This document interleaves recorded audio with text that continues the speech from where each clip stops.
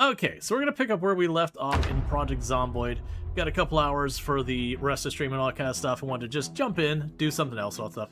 You're doing the original map on normal. You do the beach map on hard. Yeah, so I've been doing the beach map on normal in Water Park Simulator. Just because on stream, one of the things I always get worried about, especially with the Tycoon games, is hard modes vary wildly. Some Tycoons, hard mode is a breeze, not a big deal. Some Tycoon games, the hard mode can be very, very grindy, which can be very fun for a challenge for you to do on your own time. But for streaming can sometimes mean build a couple things, hit fast forward, and wait. Obviously, this is a simulator when you're talking about a water park sim that's got some Tycoon aspects. But it can make the progression of the game very slow on some of those. So I don't really know where Water Park Sim leads there. Alright, so to catch up where we left off, we are by Riverside. That's right, I was going to say Lake Falls. Riverside. And we are on the 19th. And we had the helicopter on the 18th, was it? Yeah, so the helicopter was yesterday in game. So you can see I took the helicopter there, I wandered back and forth here, and then I ditched the zombies down here. You mostly saw from someone playing hard, less money coming in. Then we go, literally playing Project Zomboid right now, and you're in the same house as you. But yeah, so basically we spawned down here. I believe that was the house. We wandered up here. Eventually we got into these houses. There's definitely lots of loot here I haven't bothered dragging around or anything, but we're living in this house.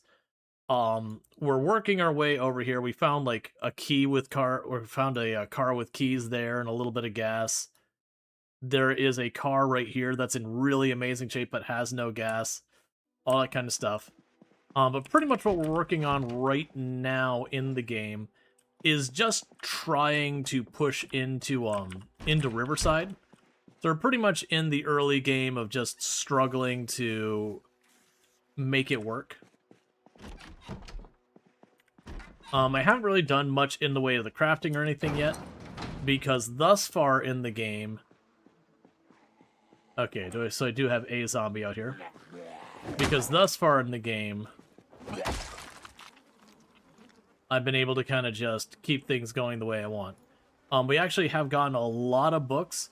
Yeah, this house didn't used to be here in any meaningful capacity. And has definitely changed this area a lot. This has been a really good house. It's got a well in the back if you need it. You can see it's got plenty of rooms. It also is divided out such that you can kind of take advantage of those rooms and all that. It has, like, you know, the wheel in here. It had a bunch of equipment in the garage and all that. Multiple rooms and multiple ends of the house that you can sleep in, so if you have to maneuver around because of zombies kind of thing. It's got these, like, little gardens on both sides of it that, sure, you can use those as well.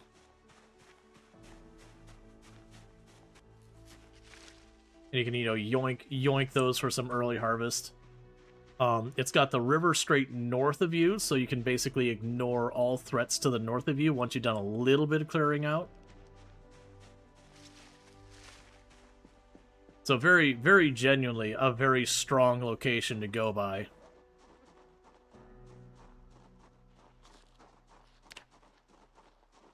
Yeah, so we're going to work our way towards Riverside. Now, with the helicopter, what we ended up doing is we took the helicopter south of Riverside. I don't know if it'll have carried quite far enough to drag the zombies away from where we've been operating, but there's a good chance, which does mean we will likely have, you know, some reduction in the number of zombies we're going to have to fight to continue moving into town. But we don't have a working car yet. Our backpack options are just okay. We did start with no stats to speak of. So we look at our whole thing here. We start with not a single box ticked. And at this point, we've got about 1.5 points of fitness, almost 3 points in strength, a point in nimble. Foraging is up to 4. I've got zombies moving across the road ahead of me, which is not something I was expecting to see with where the zombies moved yesterday, but that's what it is. If they're here, they're here. We kill them and then they're not.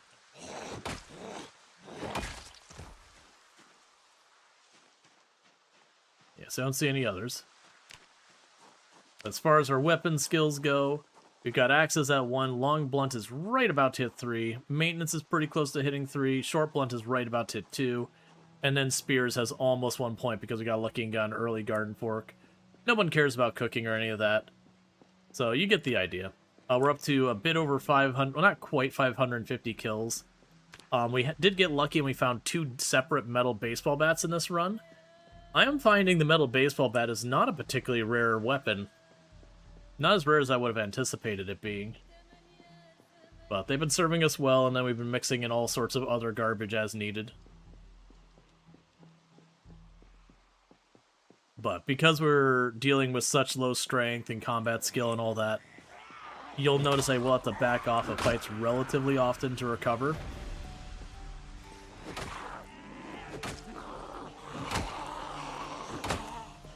And this whole road was basically cleared before, but we did have a helicopter yesterday, which means a lot of the zombies are going to get kind of shuffled about.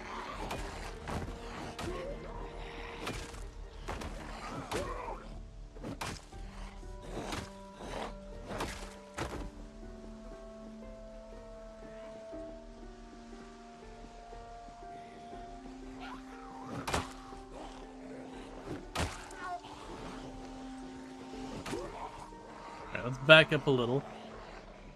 Yeah, it looks like we got a bunch more zombies in the area than I was expecting.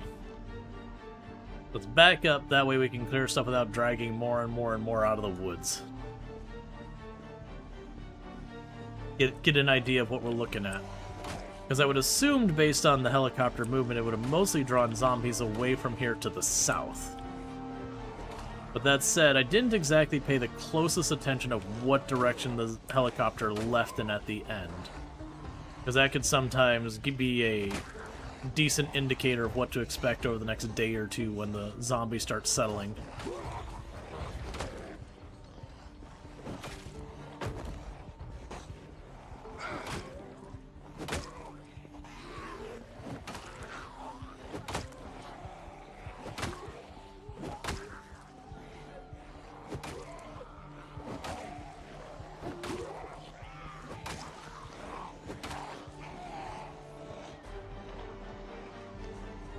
Okay. And he pushed into exerted, which is why the damage is just not really there. We're enduring the damage penalty. Oh, yeah. Yeah, we should, I can clear the pin comment here in a minute.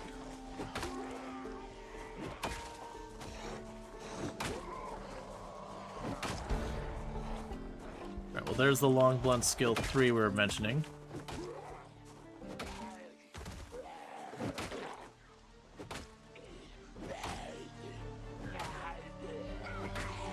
There's high exertion.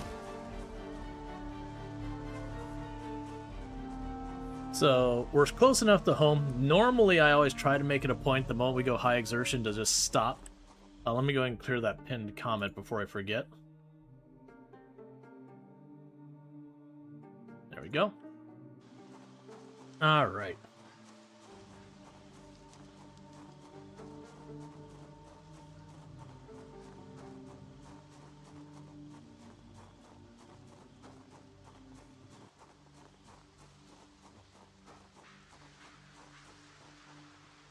We have 2 zombies over here. So I was going to walk back to my home and just deal with it there. Oh, we got our hot dogs getting ready to go bad. We're just going to go ahead and munch that. Apparently stale hot dog. Pretty depressing.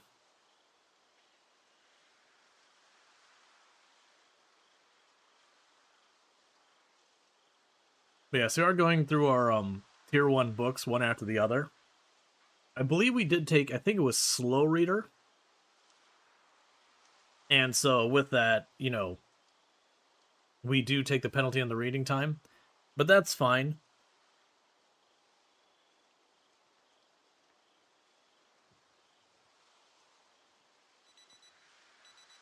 They named the hot dog after Jeremiah.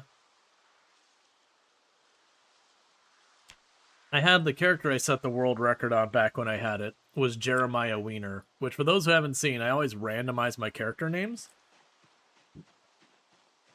And we don't recognize our character names until we've lived long enough for, you know, them to be worthy of recognizing that they're not just another statistic in the world of Project Zomboid yet. No, I guess there's only one zombie. I thought I had seen like 2.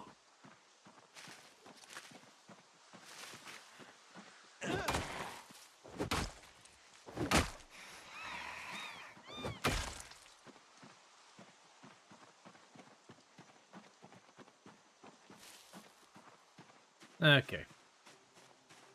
Yeah, what is her character name? I don't think we checked. It's Hector Wing. Alright.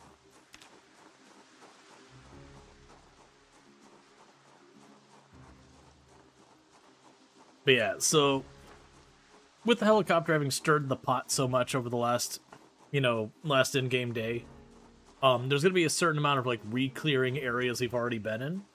One of the things you'll run into when you're playing in higher pops of Project Zomboid is it tends to be a little bit of a tug-of-war between you and whatever your nearest population center is, where you'll make a little bit progress forward, and then you'll get bullied back a little bit. And the higher the pop, the more it tends to happen, the longer it can happen.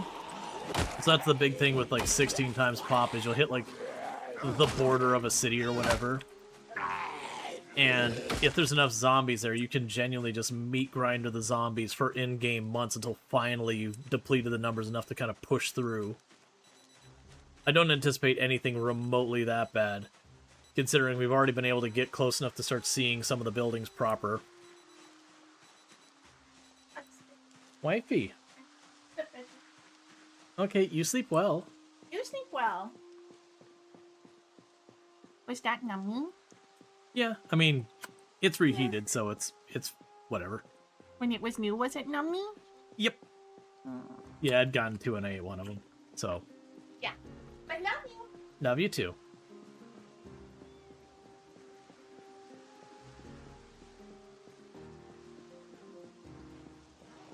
Take a little sip of her water. Okay, there's one out. Well, a couple out in the trees. To be fair, we're almost up at the turn where the edge of the city is.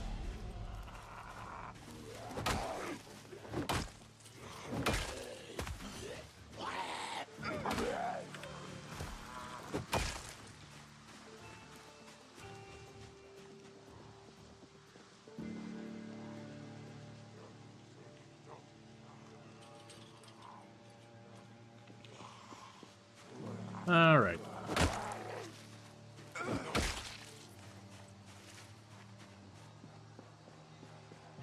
So put some chicken leg in our bowl for our salad. Some potato. Some carrot.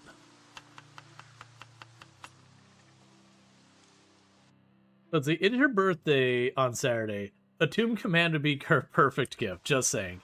I probably should get a Tomb Command, and it is actually a fair shout. And actually, happy early birthday and all that kind of good stuff. Yeah, no, a Tomb Command would be good. And I assume we'd want the Tomb Command to do something like a bunch of tomb taps, that kind of thing.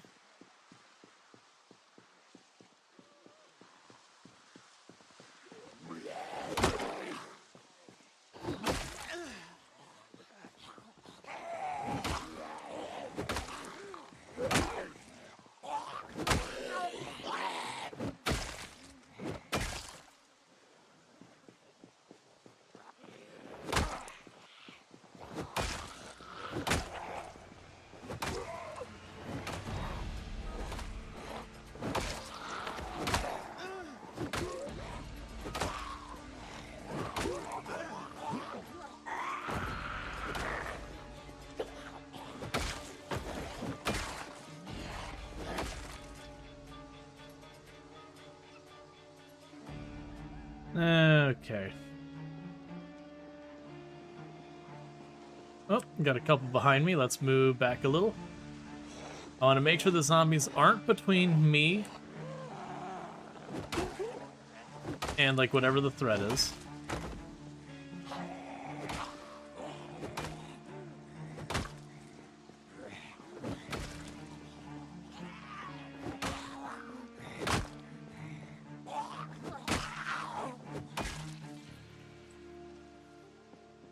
Alright, so we back off a little, recover again, do that whole bit.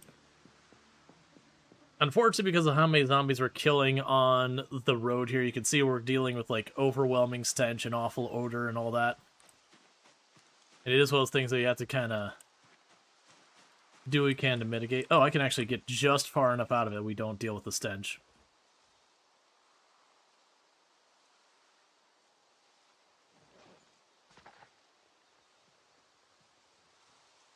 Alright.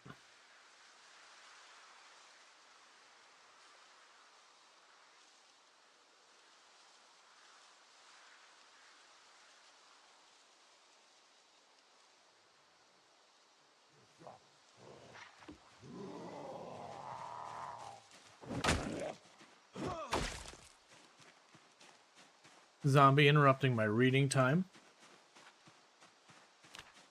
How dare. I'm pretty sure that's going to be clean. I want to say that Band-Aid... Yeah, that was from, I think we were cutting through this and we cut our hand on the plants. Because that's a mechanic in the game when you're cutting through these types of fields and all that, you can get cut on the various crops. If it's like wheat or corn or anything like that.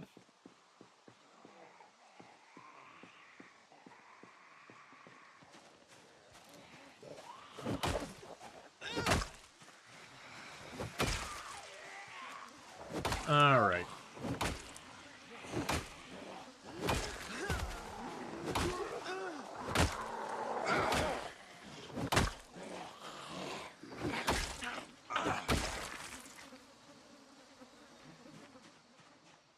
Let's see if we can go down here to get away from the buys enough to rest.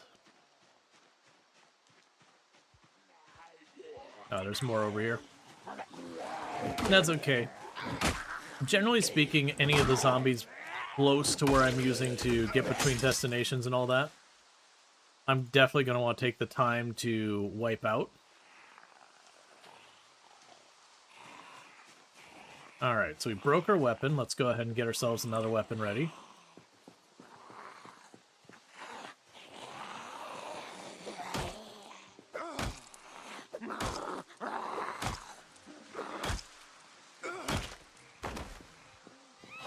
The unfortunate thing is my short blunt skill is nowhere near as far along as my long blunt skill was.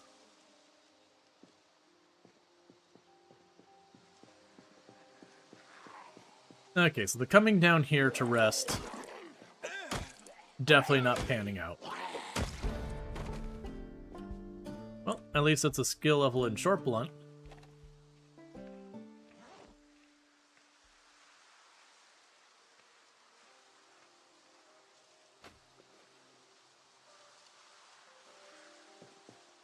Okay.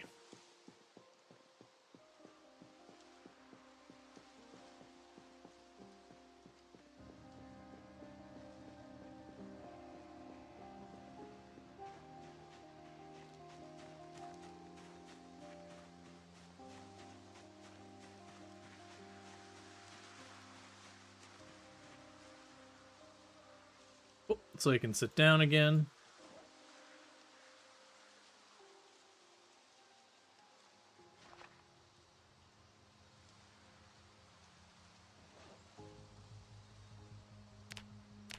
And the reason we keep sitting down is just because we have so low of fitness and all that, and our combat skills are so terrible. That is the thing that will keep burning down our endurance pretty quickly. So it just means our character needs lots of breaks to stay combat effective.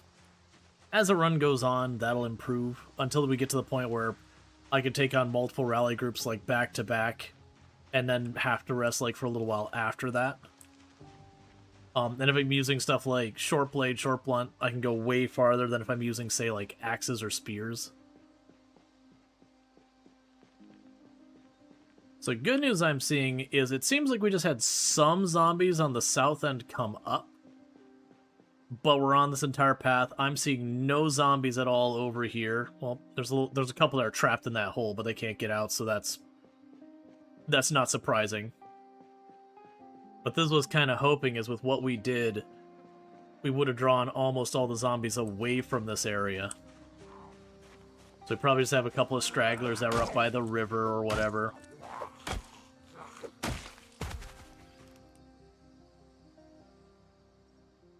Okay, so you did hear me. Because we can start getting to these houses, life gets easier. Because then I can kind of start hopscotching house to house to house.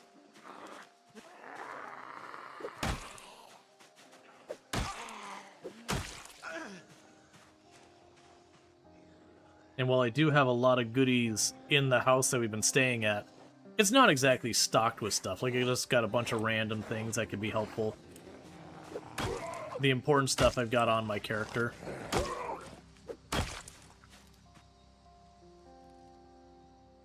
And you're too far away to hear.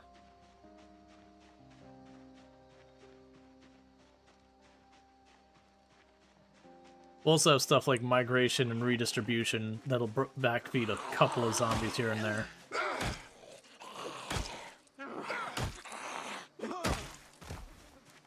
Okay, we're up to nauseous. That's why we suddenly have gone.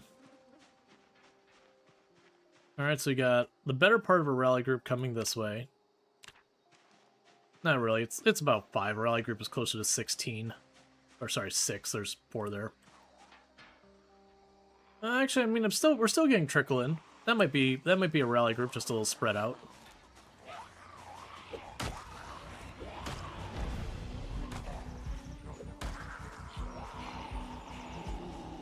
Got one from behind I don't like.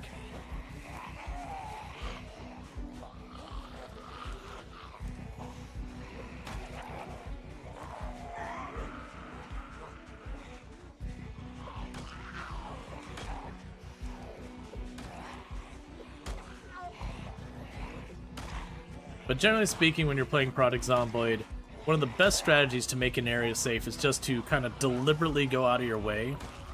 Just kind of go zombie eradicator. Just go through, kill a zombie, kill a zombie, kill a zombie. Fight them on your terms as best you can. Like, you'll notice I'll constantly be trying to draw the zombies out to, like, open fields or roads or other areas where there's not a lot of visual obstructions. If I can get away from too much visual noise, I'll also do that. Because that's a lot of how you survive for a long time, is you just give yourself as much of an advantage as you can. Hey, Italics! Thank you so much for the raid. I do appreciate that. I do hope you had yourself a good stream and all that good stuff. But welcome in, raiders. What were you playing? How did it go? All that. Playing some... Oh, Project Zomboid. Nice! I hope you had a good time in Project Zomboid. We were playing some Water Park Simulator earlier and just switched over a little bit ago. Kind of getting things going for the moment. Alright, anything in that backpack of yours?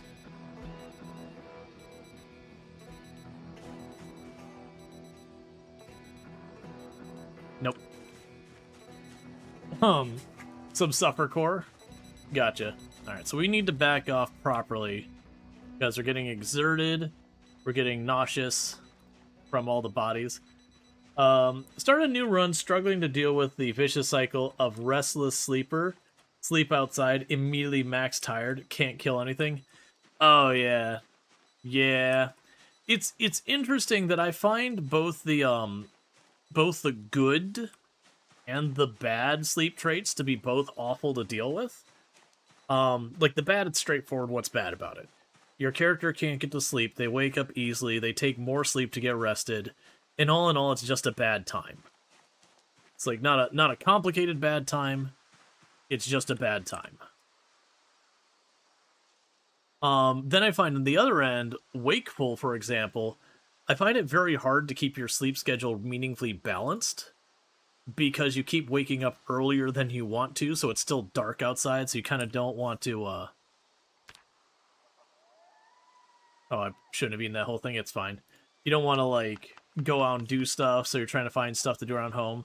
And it's not so bad in the earlier game, but later in the game, as you get more fitness and you require less sleep because you're getting less exerted and everything during the day, it starts to become a real hassle about being like, okay, I need to keep my character up to like 2 in the morning before I go to sleep, so that way I wake up at like 5:30, so it's not pitch black outside.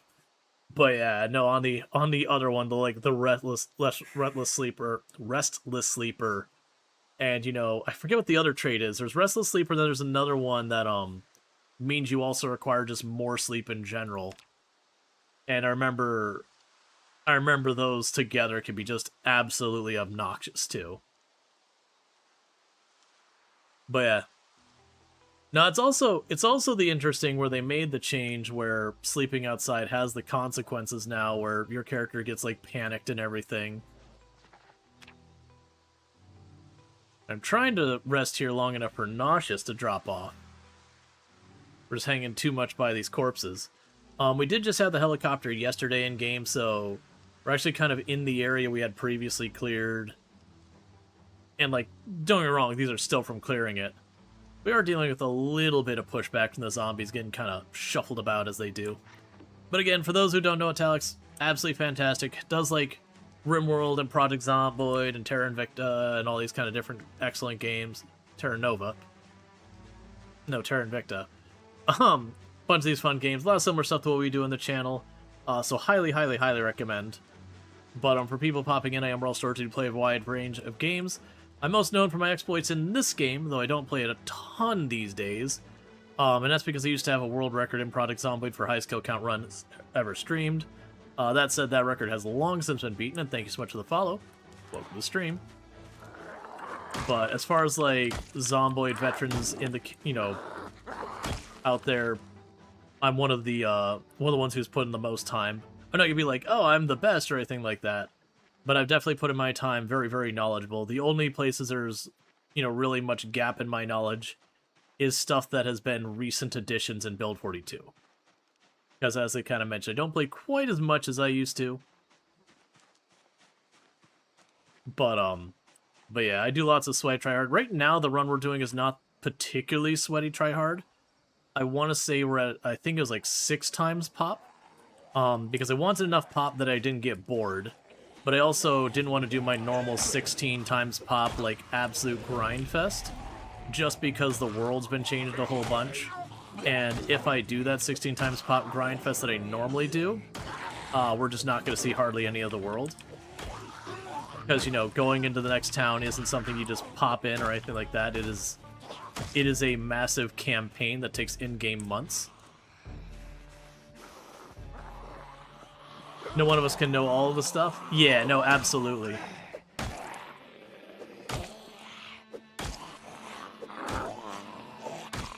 It has been fun seeing a lot more people trying to approach figuring out Zomboid's lore. And to a big part of that, like, people are trying to figure out, like, what was the cause of the Knox virus, which is what caused the zombies in Project Zomboid. It's the zombie plague. And it is a thing that I believe is a very deliberate decision by the devs, that they've given us lots of breadcrumbs to lots of plausible sources for the, start of the virus, with no way to confirm any of them. Like, it is deliberately leaving holes in the story, that way you cannot confirm it. And it is, I believe, a fully intentional thing. And the reason for that is basically that you can make it whatever you want. So there's things that implies that maybe the military is behind it. There's things that imply that, the CDC in the Project Zomboid universe is actually manufacturing biological weapons for sale. There's things that imply the fast food chain, like their equivalent to like McDonald's or whatever, Spiffos, had a secret sauce or whatever that maybe there was something wrong with it. And there's a whole bunch of these things. But when you stop and you actually go into a lot of the lore and you try and put the pieces together, you get literal misinformation in Project Zomboid's universe, where you will have, like, you know, people with agendas deliberately give incorrect information that you as the player can actually prove is wrong.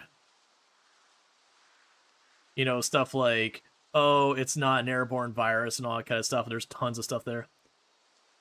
It says, Kerrigan never said what was the cause of the zombie outbreak in The Walking Dead. Yep. Well, that's kind of the thing, is it's a deliberate decision in this game to leave it where it's like, oh, it could be this thing with this meteor, it could be the military, it could be Spiffo, it could be this. And all of them, you know, perhaps some of them are more plausible than others, but at the same time, pretty much all of them, you know, it's like, okay, but really that's a stretch. But it is one of those things that, like, because of that and leaving it open-ended, where they will never confirm, at least unless something changes, they will never confirm the cause of the virus. It means you, the player, in your playthrough can go, well, in my playthrough, the military 100% caused it. And in your playthrough, you're correct. In your playthrough, the military was 100% responsible. Just the same in the next playthrough, if you're like, you know what? It was Spiffo. It wasn't on purpose, but it was Spiffo, using questionable ingredients and all that. What's up? How'd the multiplayer session with Ultra Source go? It went well. I really enjoyed doing multiplayer with Ultra. I haven't been back in the server too much since we did that. You know, it's one of those things that, like, hopping on by yourself. Like, you know, I can't, because I mostly play on stream. You know, when you're playing multiplayer, you can't pause, you can't fast forward, you can't do that stuff, which makes it much harder to stream. Like, you have to be like full focus the whole time. So when I popped on and nobody else is on, I just do solo. And yeah, and that's always been kind of the challenge. If you don't have, like, scheduled times for people to do stuff, you can easily run into those problems. It's not as big a deal when it's a game that, like, you can kind of just chill and do your own thing and have no worry about impacting the rest of the world on anyone.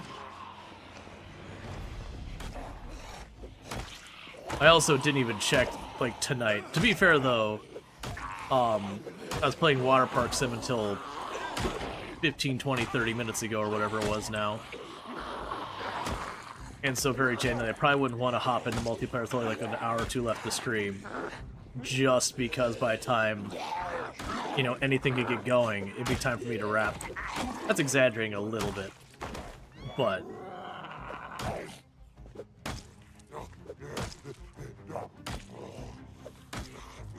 alright. And I keep having to back off because corpse sickness. I don't mind nauseous and I don't mind queasy. Those are fine. When that goes sick, that is, you drop what you're doing and you leave.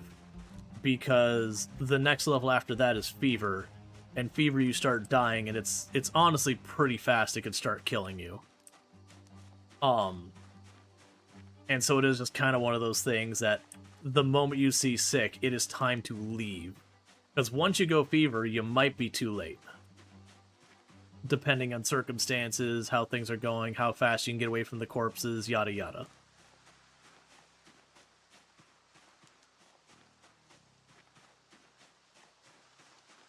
Now, that said, we're in the range where these corpses are going to start despawning. Probably not the ones here, but the ones up by the house a little bit more. And then over time, we should start to see all that clear out a little bit.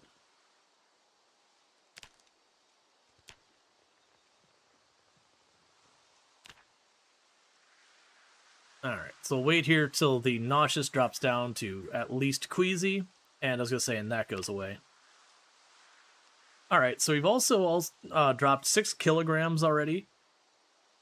Let's see, queasy is just happening so often in your save and build 42. You know it's a trait of the game setting Extinction, but it's happening a lot. I think Extinction does have the corpse sickness tuned up a little bit. But even then, build 42, you know, build 42 also did tune up corpse sickness in general. That said, that's what you get with here with the bad smell thing, is like trying to keep away from a lot of it. So it is more of an issue in build 42 than it was in build 41, which is probably fair, because in build 41, as long as you didn't spend literally your entire day hanging on giant mountains of corpses or sleep near corpses, you could almost ignore the mechanic.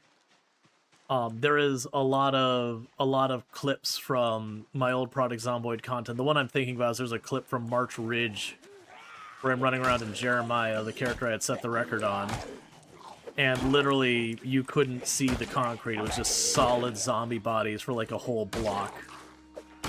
And yeah, and corpse sickness with that absurd amount of corpses was not really that big a deal. Oh, hold up. We're getting the thirsty. I was like, why did I suddenly go overburdened? Don't do that.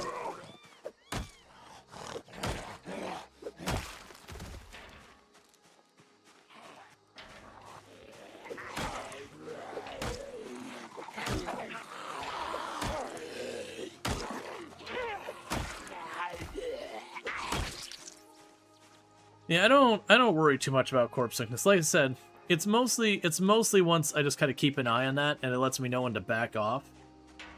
As you start getting your combat skills up, it becomes less and less of an issue, just because you don't tend to just kill all your zombies in one place then, or at least in a concentrated area. You kind of just carve your way through, which means sure there's bodies everywhere, but they're of lower density.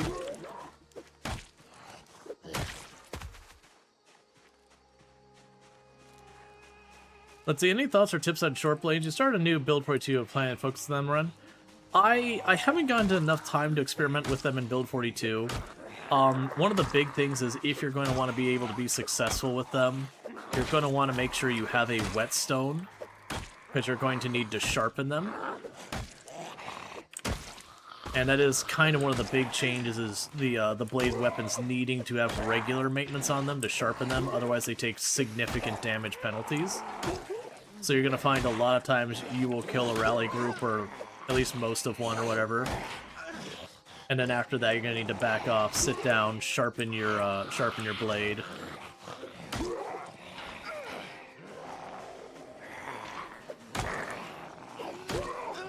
But it does make them a lot more annoying to deal with.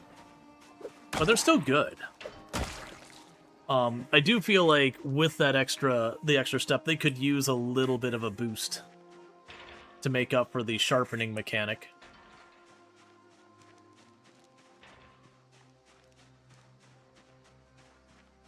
Alright, we'll probably back off now. Do bodies decay after time? Yes. I believe by default bodies last for 9 days. It's one of the reasons why one of the most common questions I'll get by new players is how do I deal with all the bodies?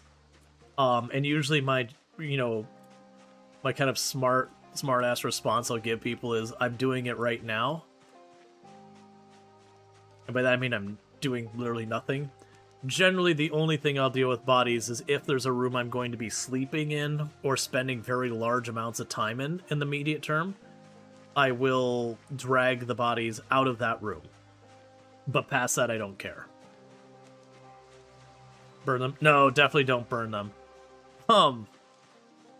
Burning bodies in Project Zomboid is just a fast way to kill yourself. Fire in this game should not be underestimated. It is, it is almost as dangerous to the zombies as it is to you. Sure, everyone's seen the videos where you put like, and thank you for the follow, welcome to the stream. Everyone's seen the videos where you take like an ambulance, you turn on the wee-woos, you have a fire right there, and let nature take its course. And sure, you'll kill a lot of zombies, I'm not going to say you're not. You're also going to lose all the loot off those zombies and destroy the entire neighborhood when they scatter away, when they smash the sirens. Because for those who don't know, zombies won't attack a car that you're not in unless it has sirens going. At which point they'll start hitting the vehicle and they will eventually smash the sirens. And I actually don't know if they made them repairable in Build 42. I think they did. But it was a major problem in Build 41 that in vanilla, there was no way to repair the sirens on a police car or fire truck or whatever. So once your weeboos got broken, that was it. They were broken forever. But also, like, doing the thing where you crowd the zombies around and you get them to walk through the fire.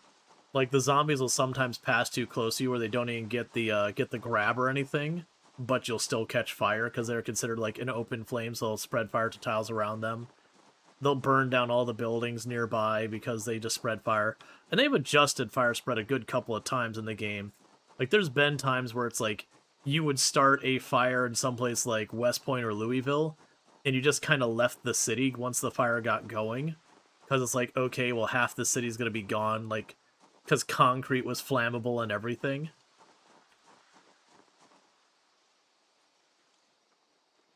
I'll grab those on the way back. Yeah, it's just one.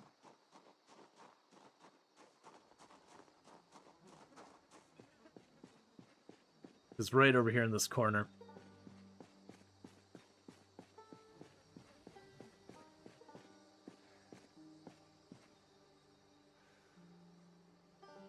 Where did it go?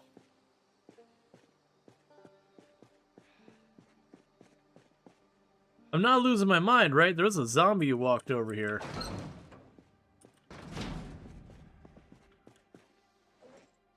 But where did it go? It went into a corner. There was nowhere for it to move. There's no window over here.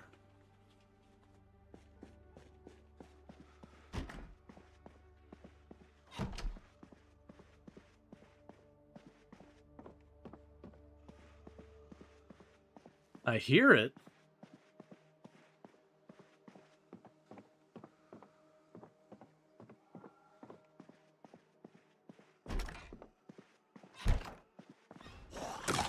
Oh, come on. I was looking way farther down. My eyes were down here and I didn't even see it. Minor bleeding. Let me guess, this is how it's done. Yup.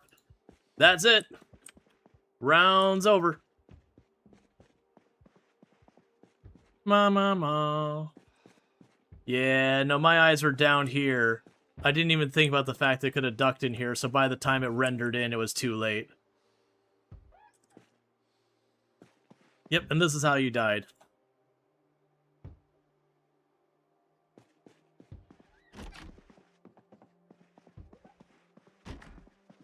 How did it get in here? That's what I want to know, is how did it get in here? Is there like... No, there's not like a little window here. I mean, maybe there was a tree I didn't see and so it got to the window there? Because I thought I saw it go into this corner, not around. Yeah, no, I see the broken window, but when I saw it, it looked like it went this way, and that I had line of sight over here. That's why I was so confused about it. Yeah, like, obviously you can get through the broken window.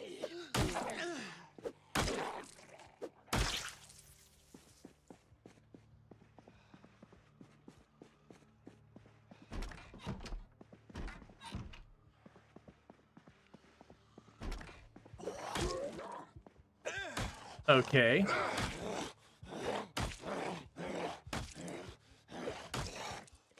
Just all the sneaky zombies. I mean, I'm also not paying as close of attention because I'm already dead. These windows got smashed out a while ago. Might have been a bug. Probably not a bug. My guess of what happened, seeing that they were in here, because we cut from over here. My guess of what happened is there's probably something around here that's blocking my line of sight. I'm trying to figure out where it is because we'd see the cone. Oh, maybe it's this little tree. Yeah, it's this little tree here. So when I was walking up from over here, I saw the zombie go there. I walked up farther. That arc came across here, blocking that. So I missed where we're like, because if you can't see, there's a cone here I can't see. So this tree was obscuring my vision. That's what happened. So I saw it go into the corner, and whatever angle it was, my vision got obscured long enough for it to get around. Because I'm pretty sure we walked along here. Because I know we were on the left side. Alright. Well, unfortunately, there's not a whole lot of anything worth doing right now. But what we can do in the meantime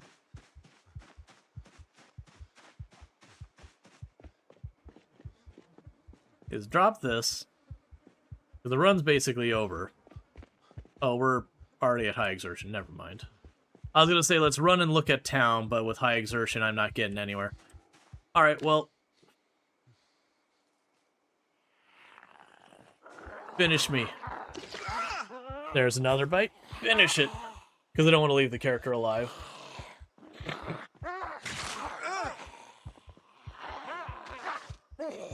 Alright.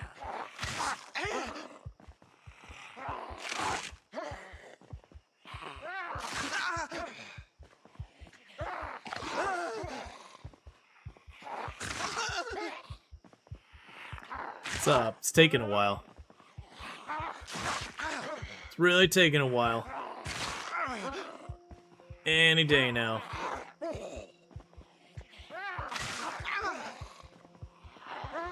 But yeah, and that's when it comes to your characters dying, it's a lot of what happens. It's just that moment. Because, like I said, the one that got me was that little closet thing there. And it was focused down there, and because of the little closet, I was able to walk around, and I couldn't see it till it was already acting because of line of sight. But yeah. Nope. Got myself confused then. Alright, so bear with me, chat. I'm going to quickly use the restroom real fast. And we'll see what kind of run we're going to hop into really quick. Looked at the VOD, your line of sight wasn't obscured by the trees? Interesting. And it wasn't like clear that it went through the window or whatever. Because clear, like, I do have the zombie set where they can open doors and windows and all that kind of stuff. But maybe it's just like I turned the camera or something. The skyscraper run could be fun to close out the stream. Yeah, we could look at the top of the world. And thank you for the follow. Welcome to. And I'll quickly use the restroom real fast, and I'll be right back. He went to the window very clearly. It was just off to the side and not obvious. Ah, gotcha. Okay, I mean, just the same. It can be easily missed. All right, I'm going to quickly use the restroom. I'll be right back. And then maybe we'll do like a really CDDA or a top of the world or something like that. All right, I'll be back in just a couple minutes, and thank you again for tuning in.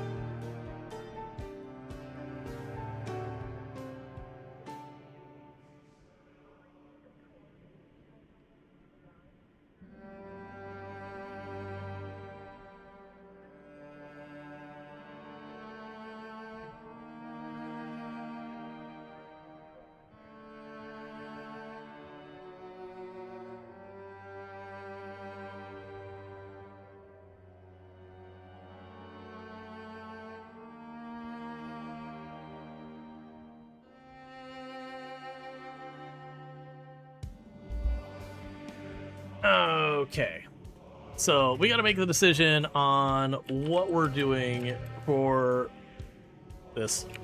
So what are we doing now? We're going to be doing Project Zomboid still, but really CDDA, which is a challenge run where you are naked, soaking wet, you have a cold, you've got a piece of glass lodged in your groin because you fell through the glass of your shower, and all that stuff.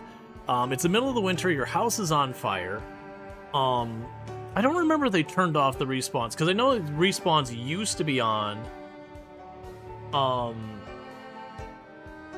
with the release CDDA, but I was under the impression they took a lot of the modes, they turned respawns off with build 42. But that's your CDDA is like in a very, very front-loaded difficulty that once you manage to get your cold resolved, it becomes basically a normal run. But it is that first everything is awful sweaty beginning. Really CDDA. We have Top of the World.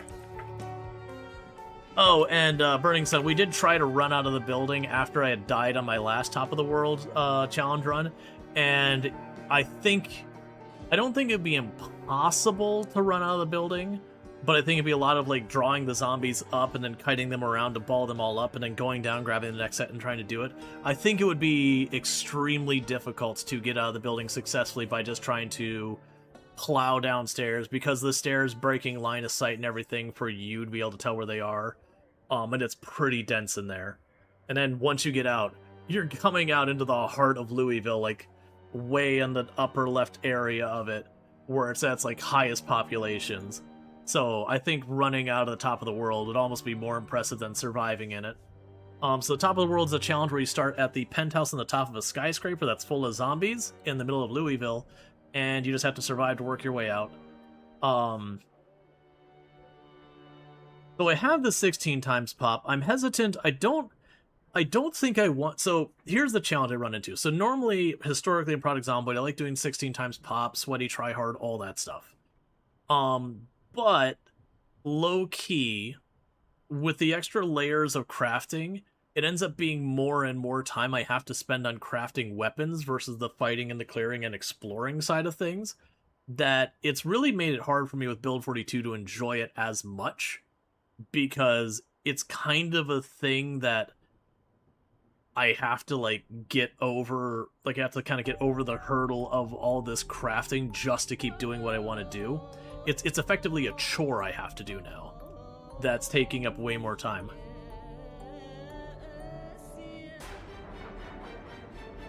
Well, that last run we were doing was supposed to be the easier difficulty, because that was only at 6 times pop, as opposed to my usual 16. And my fear is, if I turn down the zombie populations too much, I will get bored with it. I need it to have a friction against me. It's just a matter of, too much friction means we don't get to see the cities because I'm busy fighting all the time. Too little friction, and I get bored once we get to mid-game. The Really CDDA, Top of the World, the 28 minutes later challenge does not interest me at all. Extinction does not interest me at all. I'm just very not on board with sprinters. There's a reason they're not canonical for the game and all that. And I don't...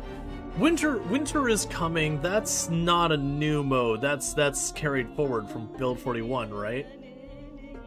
Hey, Soulspire, how's it going? So I'm trying to think of like, because I do agree on doing...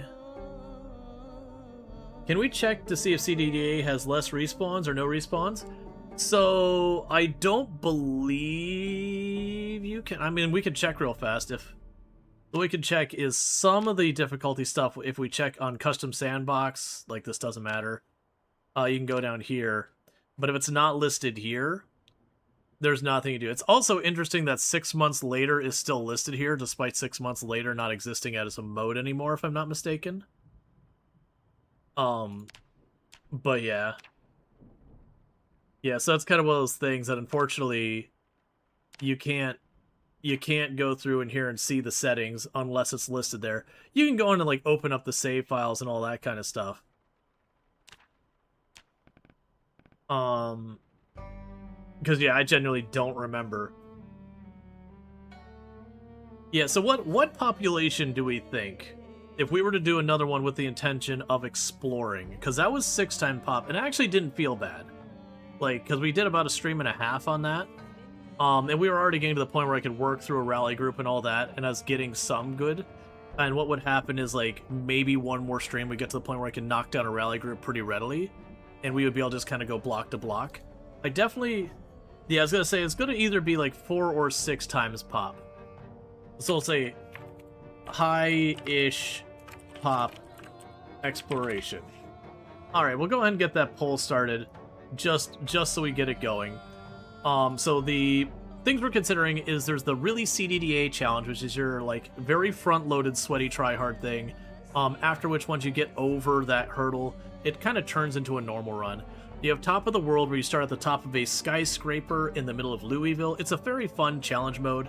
The only thing I worry is I don't think that one's going to have as much replayability as most of the other modes in Project Zomboid, and the reason for that is you always spawn on the top of the same building in the same place with the same furniture, and yeah, the loot will vary a bit, but like, it definitely feels like a run you'll jump into, and your whole run is going to be that tower. Like, your whole run is going to be clearing that tower, at which point you're just in the middle of Louisville, and, you know, working your way out from there. At which point, it would open up. But, it's definitely one of those things. And then the high-ish pop exploration, that's going to be somewhere between, like, 4 and 6 times pop, which is lower than I typically do, but that's partly so we can actually have the opportunity to work our way into different cities and all that. You know, to get to see, like, the new stuff in the game and all that, versus my 16 times pop. You in the city just meat grinder, and you'll be, like, 5 or 6 or 7 streams later that I finally get to punch into getting into the city proper. Which, of course, if it's, you know, 8 or 9 streams to get to each and every city, you ain't seeing much.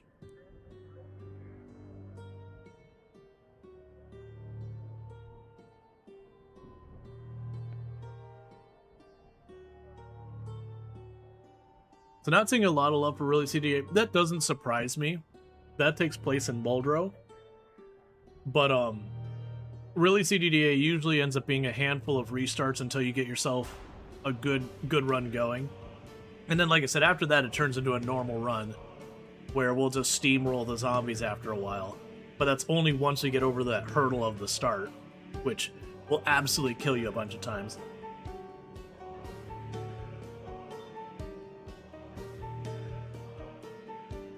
Oh, and no matter which of these, I'll be starting 0 to hero. I always go 0 to hero.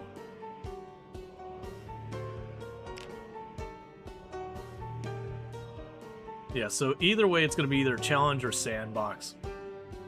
And we are currently running completely and utterly mod-free. No mods whatsoever, no UI mods, no quality of life, nothing like that.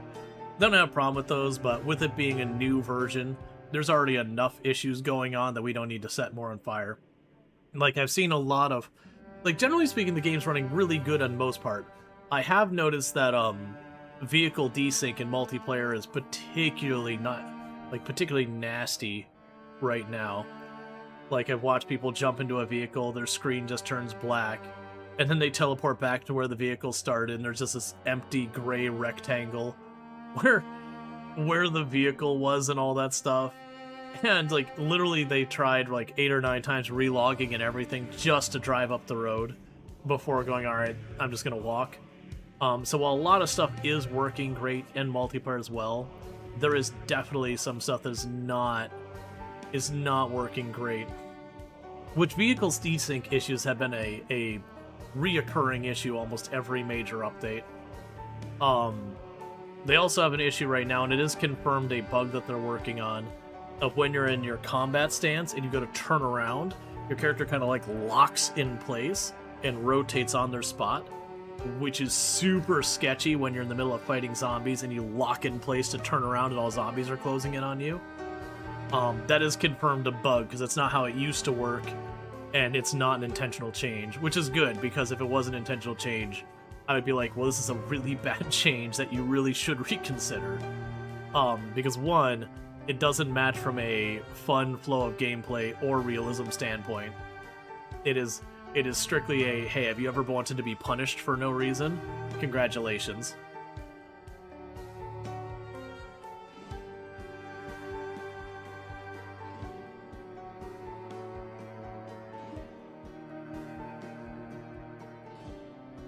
Alright, so it's looking like high-ish pop exploration is currently what's winning. Top of the world is not far behind. It's close enough that I'm not going to just jump into it right now. We're gonna wait till the poll wraps up. Because being only 3 votes behind, you can get a last second, you know, little bump up and all that kind of stuff. Which then I'm gonna have to update my title and all that. Yep, that's pretty much what I was expecting. Okay, highest population did win by 1. So people were going for the tie, but it didn't quite get there. You playing? Yeah, we have over on the YouTube side, I'm primarily streaming on Twitch. I just go ahead and stream on YouTube as well for the VOD. But over on Twitch, you got a ton of people watching, and we were just waiting on a poll. Alright, so we got a high edge pop run. And so we're going to go ahead and do this. Let's see. Where do we want to start this time? So the map areas that got changed is Lake Fallis got an upgrade, Muldrow got an upgrade, Riverside got an upgrade, Rosewood got an upgrade, Valley Station got an upgrade, and West Point got an upgrade. Man, I do not remember Valley Station very well. So Valley Station used to be like there's this little area along the water here. Or am I thinking the... Yeah, no, that's right. There's like a little neighborhood. It's not very big. Can you zoom out? Yeah, you can zoom out. But, you know, there's that whole area there. They got the shooting range marked here. There's the big mall over here. So we got that. West Point is the big city. So we didn't get to see downtown Riverside. We didn't get to see like this part of Riverside, but we did see all around the outer area of Riverside. Lake Fallis, we didn't get to see a lot of it. We got to see this bottom edge and the top edge, but we didn't get to see the middle of that. Rosewood I haven't gone to, Build 42.2, and Muldrow I hadn't gone. Basically, it's just those two. So I'm leaning towards either doing Rosewood, because I haven't seen that one yet, or maybe Valley Station with the intent of going down towards West Point. I'm leaning towards Valley Station. This might be a sweaty start where the Valley Station will be fine, but this is one of the highest population areas on the entire map right over here just east of us. That's where the mall is. Then there's Louisville to the north, which is going to be sweaty, and then West Point to the south. So it itself is not too bad, but it is the middle of just awful in all directions. And I don't think they've updated the mall, at least not that I'm aware of. Sure, Valley Station it is. Let's go ahead and see. So we had the 6 times pop world traveler. Do we want to keep it at that population? Zombie set to advance. So you can actually see the real numbers, not the pretend numbers. Yeah, so that's 6 times pop. Let's make it 5. And otherwise keep all the other sweaty tryhard settings, like multiple helicopters and all that. So we've got ourselves our 0 to hero characters, so we're puny, unfit, conspicuous, slow metabolism, slow reader. But we have a whole bunch of just nice things like dexterous inventor, so we loot faster and all that. But nothing that gives us stats. So we have 0 strength, 0 fitness, no combat, no nothing. We're going to go with, our player does not get to have a name. We don't recognize our character's name until then. The real question is, how many days have you survived? So I'm not running any mods now.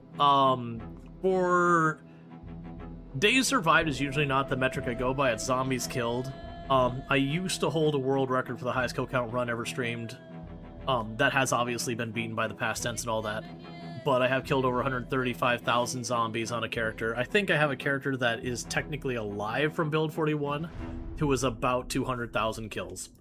And that's on sweaty tryhard settings, no mods to change itemization or vehicles or anything like that. Alright, so that's the very first thing. Let's turn off that TV before it draws zombies in. And change our map to not be what it is. Alright, so that one has that. We can go ahead and put on some work boots.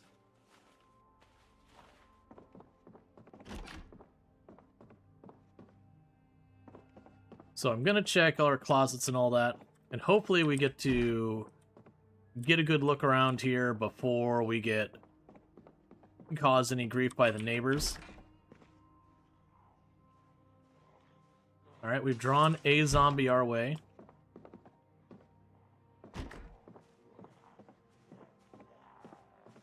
Alright. I want just you. We're going to bring you nice and center in the house. And I'm hoping to kill you without alerting your friends.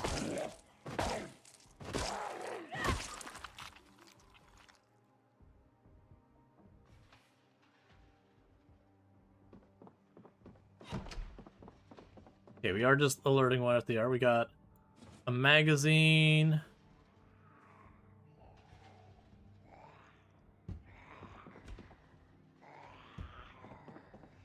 And we do have the zombie... Ooh, multicolored pen.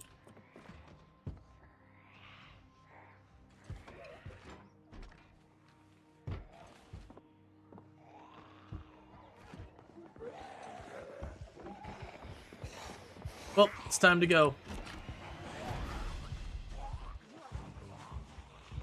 Alright. Did you try Extinct? I have zero interest in Extinct. If it's got sprinters turned on, it is an off for me. Canonically, historically, Product Zomboid has had sprinters turned off and explicitly said they would never turn them on as default. And a lot of that has to do with, like, the animations can get glitchy, they can work in janky, and all that kind of stuff. So generally, I used to even have a command on the channel that when people brought up sprinters, because people were like, you should play sprinters. I literally had a command that would give, like, all the reasons why I don't play sprinters. I'm actually very surprised to this day that they have the sprinters turned on there. Because even today, like, the sprinters will sometimes, like, climb over the fence, their animation will, like, mess up, and it will look like they're on one side of the fence when they're really on the other, and stuff like that. And there's a lot of stuff you can do to mitigate it. It's not like it's an unsalvageable thing. People obviously do find success doing sprinters, and I have had success doing sprinters as well. I played on... There was a creator, Mr. Lamprey, who took the world record for a little while. And, you know, he would run these really, really sweaty, try-hard sprinter servers and all that, that were permadeath. Cool, that's going to help me. But he'd run these, like, you know, super-duper sweaty permadeath servers that were sprinters only, and I would go on there, and they would have their, like, cycles and everything.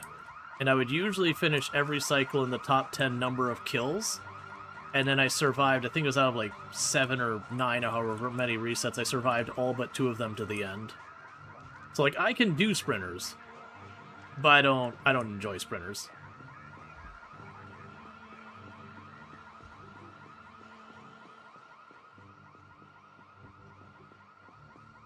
You know, a friend who loves sprinters? Yeah, no, there's definitely people who don't like the slower pacing of Product Zomboid.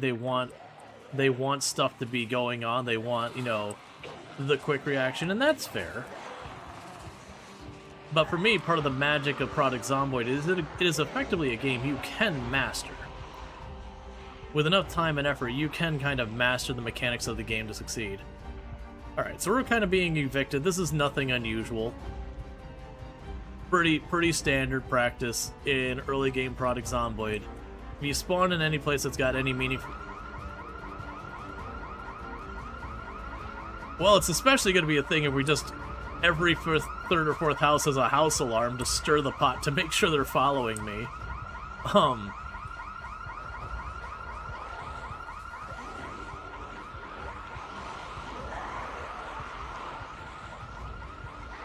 Yeah, it's to the wilderness. I get it. I get it. You're kicking me out of town. I understand.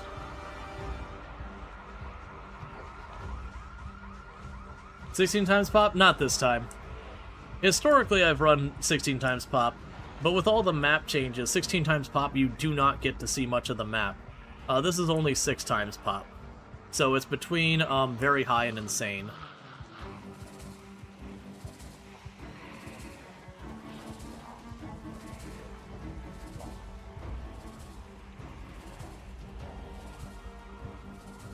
That's another house alarm. That one's over here on the right, though. That house alarm actually might work to my benefit. The other two means we're like, okay, if I ditch the zombies, maybe we can start looking around. That one off to the right, though, it might drag the zombies a little bit farther off right, where I might be able to sneak into one of these houses. Well, to be fair, I don't actually think the number of house alarms is higher. Right now, I am running where the zombies can open the doors and windows. And because of that, they are hitting every single house alarm in the neighborhood. Because one house alarm is going off, which is causing the zombies to walk through the neighboring houses, which causes them to set off any other house alarms. And it's just kind of a chain reaction. Now, granted, this one's a little bit of a over-the-top situation here.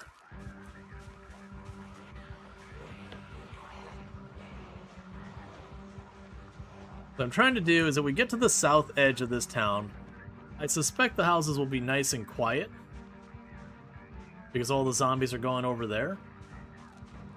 So we could sneak in over there. There's a pretty good chance.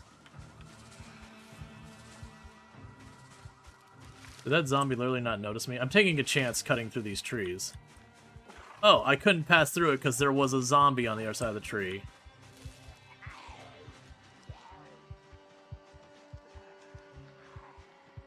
Alright, so there shouldn't be very many more houses in the neighborhood. So honestly, Valley Station was one of the ones, they updated this one, because it doesn't, I mean, it might be different, but it doesn't feel different.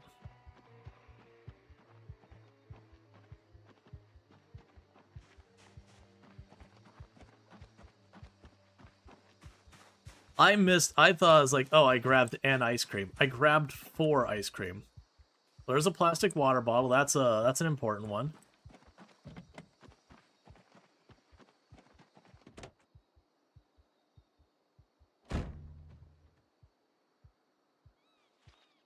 So if you remember, for anyone from like the last playthrough, that I said once I found an annotated map, the way we were going to play it is I was required to seek out the annotated maps, which for doing that, this works out perfectly.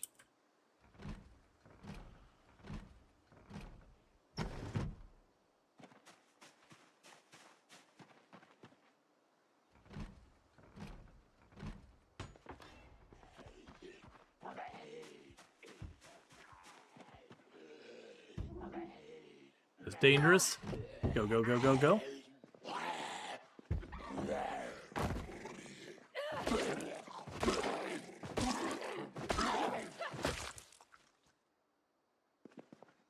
All right.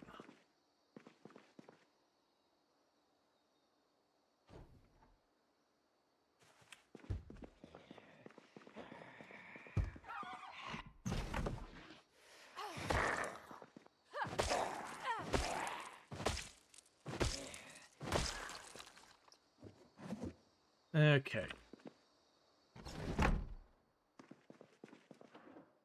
Box of tissues. Some crackers.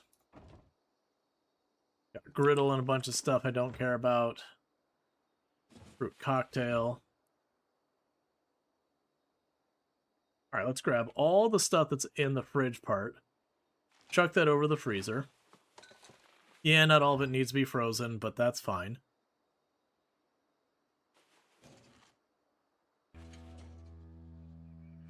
Because then we can choose what I'm going to be bringing with me food-wise and what I'm not. Alright, do we have any redundant clothes? Not really. So we're not wearing like a tank top with our shirt on top of it. So what we're going to go ahead and do is we're going to go ahead and microwave ground beef.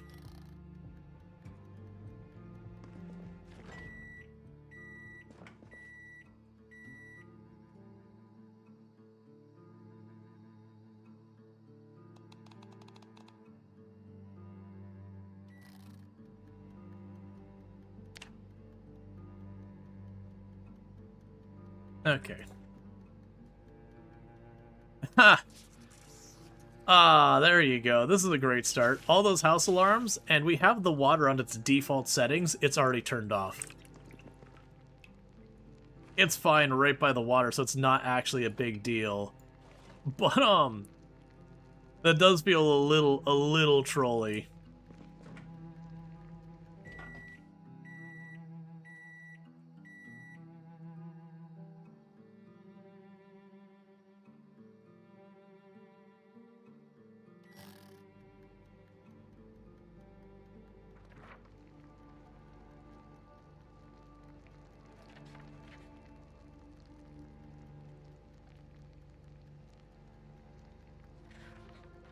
I'm gonna read this magazine so I don't have to carry it with me.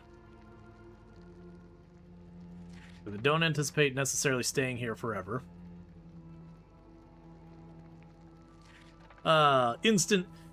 Instantly no water. It's fine. For those who don't know, I could just drink from the river and I don't have to worry about it. Even if I had to boil it, there's gonna be enough grills and all that I can make it happen. We've already seen a sauce pot and everything, so it'd be entirely manageable. It's just on the point that's like, okay, so get this, take my ID, I don't need it. Alright, we'll deal with that in a minute.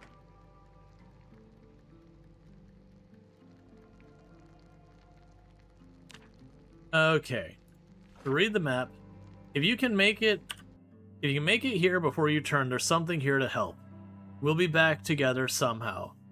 Wish to God we'd never stationed here. You'll find me here.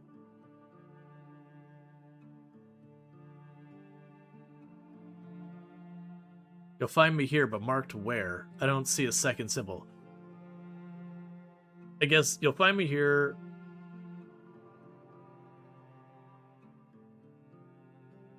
Yeah, so I see there's this building over here.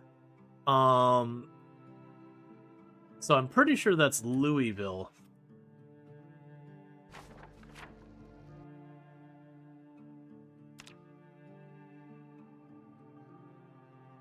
Oh, no, it's not. Oh, it's March Ridge. There's one of those ones over here.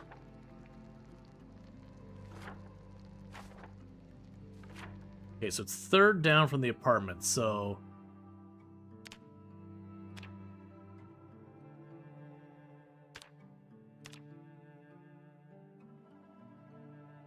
So you got one possible destination in March Ridge, based on the annotated map. Yep, that's right, because those are the apartments there.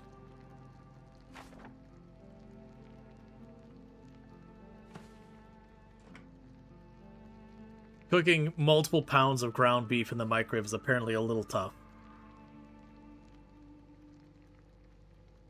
Alright, and that was a meta event. Next time, set a rule to exclude March Ridge. I mean, I can just not chase the map. I don't believe the annotated maps you can set rules that say where and where they won't potentially show up.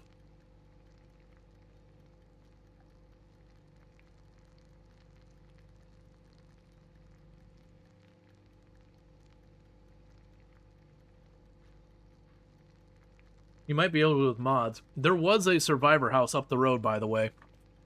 We passed it was like 2 houses down from the one we spawned in. I didn't get a chance to mark it. So I think that'll be our first destination.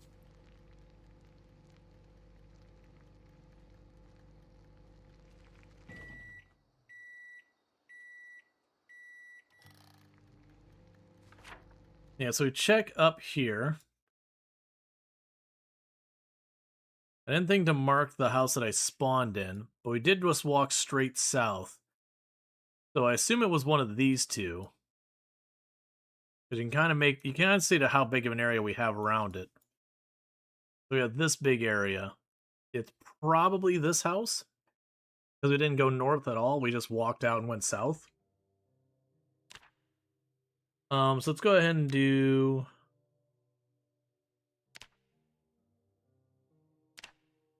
and spawn. And it was one of these houses down here.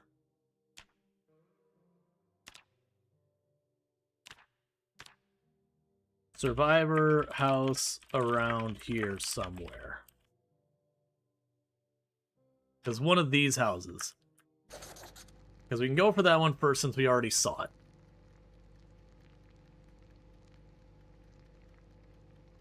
I mean, rule for the challenge? Yeah, that's fine. I mean, if we have it where, like, the map is somewhere that we're like, oh, it's the middle of Louisville, like, that's going to be the entire playthrough. That, we could even be fine where it's like, maybe that one doesn't count, or maybe when we're looking at annotated maps, we start getting more of them. That's, like, the deprioritized one, so, like, we can go towards one in Louisville, but if I find a different one along the way that's in, like, Rosewood or Rosewood or Riverside or whatever, we can choose which map we will be prioritizing. Man, this is taking a long time to cook. We did get ourselves our multicolored pen. Also, right, I was going to go ahead and, open the canned fruit cocktail just because of can opener here. I actually usually don't take can openers with me.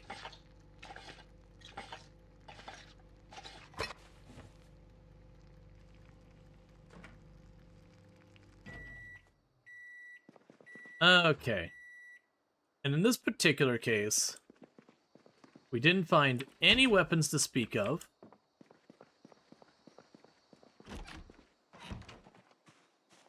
Oh, let's go ahead and do this.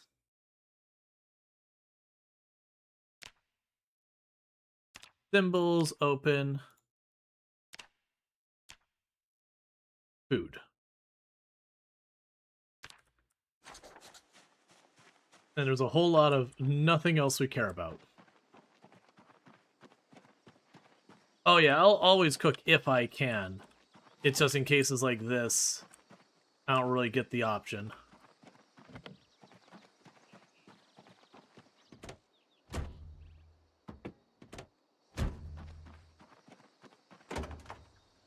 Alright, that gives me a screwdriver and a ratchet. That is a weapon. Is it worth combining meals, cooking as in combining things together? Yes, absolutely. Anytime you go and take like a bowl or a skillet or whatever and you put the things together, you do actually get a little bit of a bonus to nutrition. You can actually stretch out the food a little bit farther and all that. It is just a net win. Okay, there's a radio there. If we're lucky, we might get emergency channel early.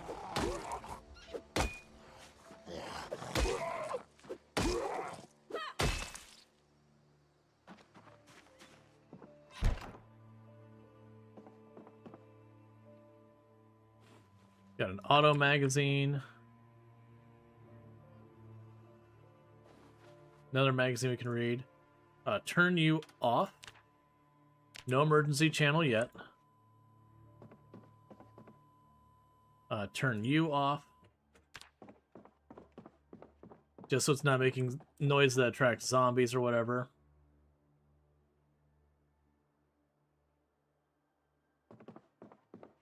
Probably I'm going to want an eraser. Okay. Garlic powder.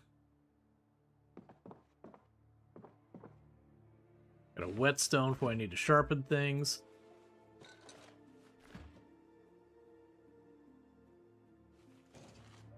Okay.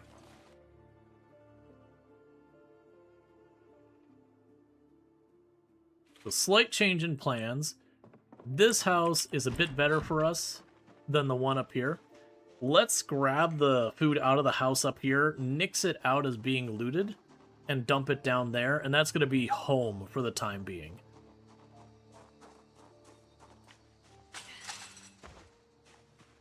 And one thing I should do before I forget is I can pop in here and check its radio to see if it has the emergency channel.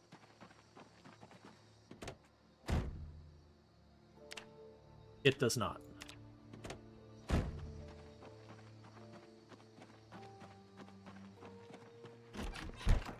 And you didn't have any curtains for me. There wasn't a bed sheet in here, was there? No, it's just tissues.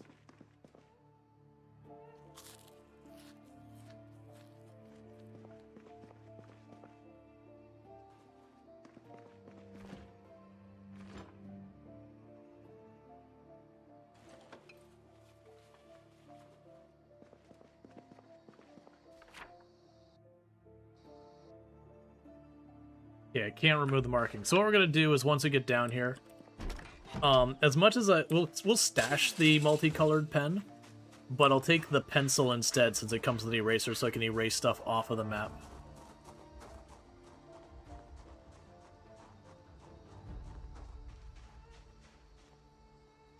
Yeah, so we're gonna consolidate the stuff here.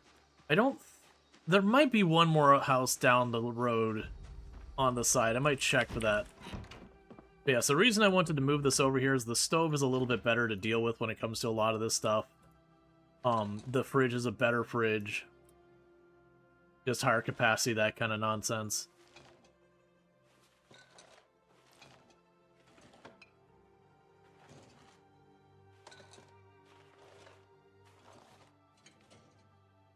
You eat the strawberries now because they last for like 30 seconds. My character will have at least a couple seconds of happiness in their life. Alright, so let's grab the uncooked bacon. Grab the eggplant. Grab the oysters. Grab the hot dogs. Grab the pork chop. So all the things that we're going to want to cook. Alright, so that we want to just destroy.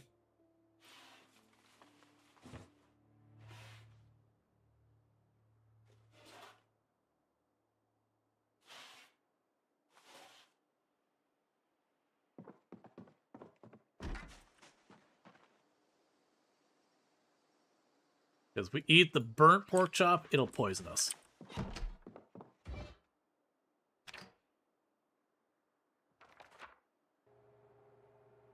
Okay. Just gonna go ahead and get all this cooked.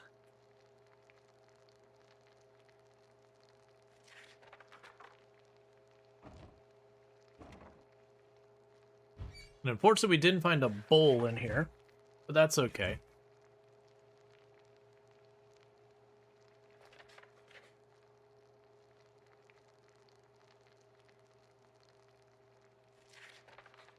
We're cooking all this food, that way we can go ahead and stash it all in the freezer. And then grab as we need.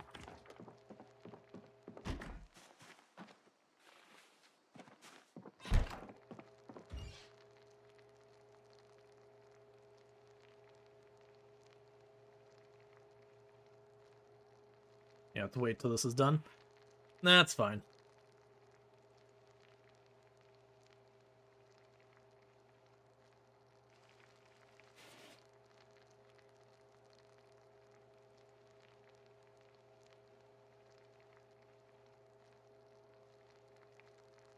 Okay.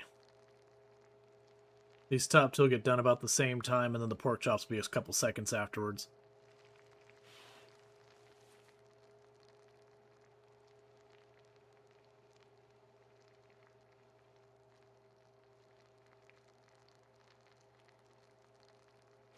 I forgot to cook the eggplant.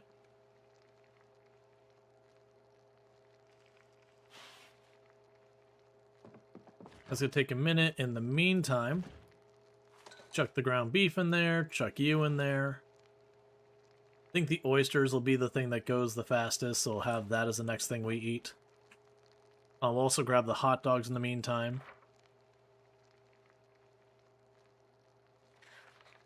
Alright. So we're going to learn about performance cars. So good magazine find for the early game. Nothing great. We didn't find like the Generator magazine. We didn't find Herbalist or anything like that. But just getting a handful of magazines early on is not anything to be unhappy about.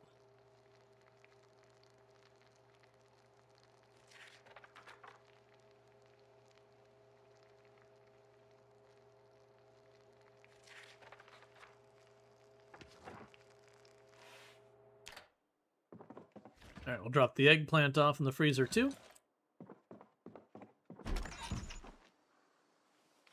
Hey, Leafy Pew, thank you so much for the Prime Gaming sub. I only get Wells a month and you used it here and it means a lot. Good old Leafy Pew. Thank you, you've been subbed to the channel for 10 months. I appreciate that a lot.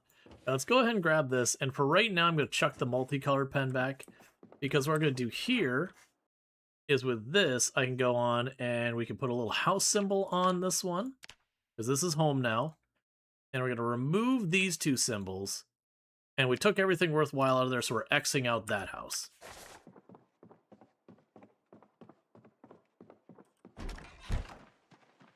Oh, also, give me that mouse. The mouse is going to be long rotten before I get to it, so...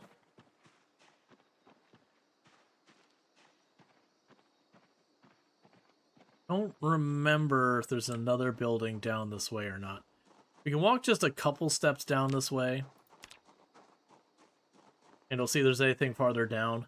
I think this just goes to where it goes... how many... wait, no, wasn't there like one house like way on the end right where it turns on? Like a little tiny house.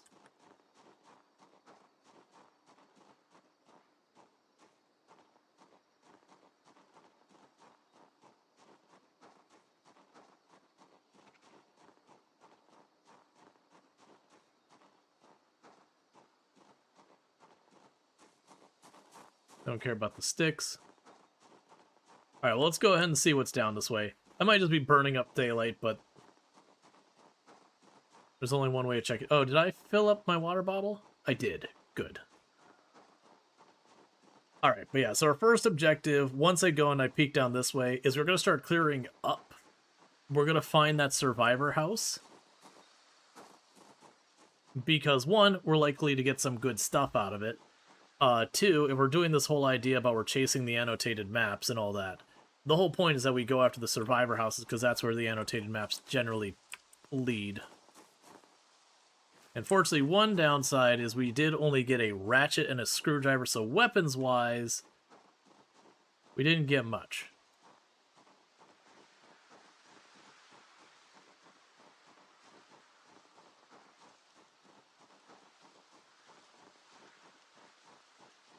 I don't want to walk down this way too far. Like I said, I think what happens is it crosses over to the main highway that goes up to Louisville.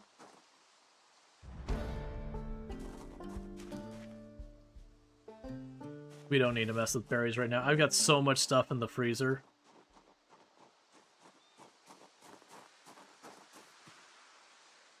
I'm deliberately trying to get foraging while things are in good shape.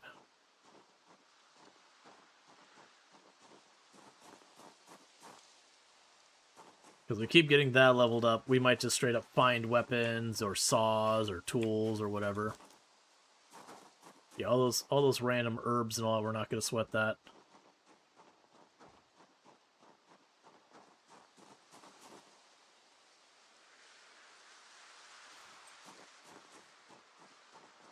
Yeah, it's a bummer. I prioritized grabbing other stuff, hoping we would find some kind of backpack as opposed to that's broken tree branch. As opposed to making the sling.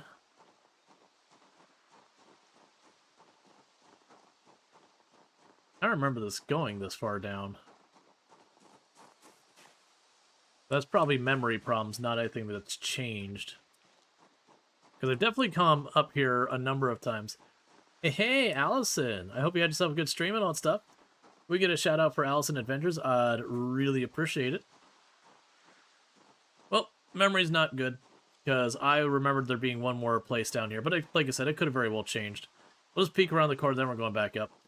You gotta learn all new crafting stuff. Have to search on YouTube or sometime. Yeah, I mean... So, the new crafting system, it's not, like, too bad or whatever. It definitely takes some adjusting to and all that. It's got a lot going on for it. But it is also a lot in general. But for those who don't know, Honest Adventure, if we can get... Here, actually, I can go ahead and get you a shout-out. I think most of my mods have probably called it a night. Well, no, actually, Trico might be floating around. So, for those who don't know, Honest Adventure, absolutely fantastic. Also plays Product Zomboid and RimWorld and a bunch of similar games, like Vintage Story, a bunch of the other stuff that we have played on this channel many times. So definitely someone to check out. Yeah, so we got all the construction stuff over, so we don't want to mess with this. But it's good to know that's there. That's getting out to where things are going to start getting sweatier. So I'm going to actually jog back. I normally don't like doing this, but that was a bit of a hike, and there's nothing out here. So like I said before, the plan is going to be to work our way up through Valley Station. We saw the Survivor House. That's going to be our first goal. And we're just going to hit each house on the way, because we need weapons, all that kind of stuff. Yeah, so you get an idea. To give you context, we were at full endurance when we started running. And we didn't sprint, we just did the little shuffly jog. And we got from about here to there before we got exerted. That's all the farther we got. So you see... Oh yeah, no, you're good. You're good, Treacle. You have a good meeting and all that stuff. Was playing with Sui, 'twas fun. Nice. Sui's also fantastic. But that's the thing to keep in mind when you're jogging. So if you think about the fact of like how many zombies you can fight and succeed and all that, and just that little jog already put us to exerted, you're definitely choosing between running or fighting when you do that stuff. Once we have the cooldown cleared, I'll also get a shout out for Sui, who's also fantastic. But yeah, no, both of them are excellent content creators. Play a lot of similar games to what we play here, so if you like our content, you'll probably like theirs. Let me go see if that cooldown is clear for Sui.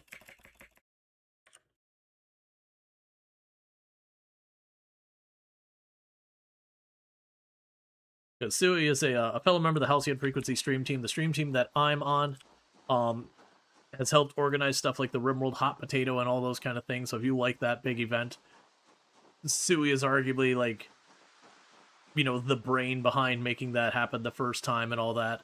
As well as like very, very involved in the organization and facilitation of that event and everything. So very much that event would not have happened without Sui. But again, wonderful content creator. Also plays a lot of games like Project Zomboid and RimWorld and a whole bunch of these other ones that you see around here as well. But yeah, for those who are wondering, it's like, wait a second. This looks like a new character. Yeah, we died.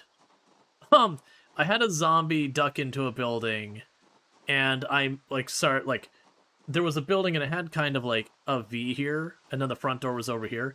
And so I saw it go into the V, and I didn't see it go through the window. Apparently you could barely catch that it did actually go in the window from it. But I got confused because I had like where I couldn't see into the V, and I got to the V, I'm like, the zombie's not here. But there's like a little closet inside the house where there's like a kitchen here, a little 1x1 little closet with no door.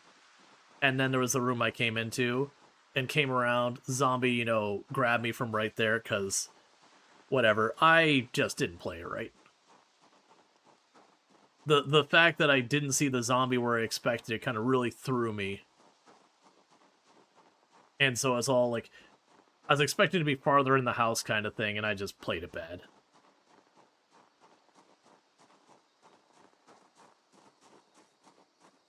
Is the total number of zombies on the map unlimited? Do more spawn? So that depends on your settings. These days, most of the game settings will have respawns turned off.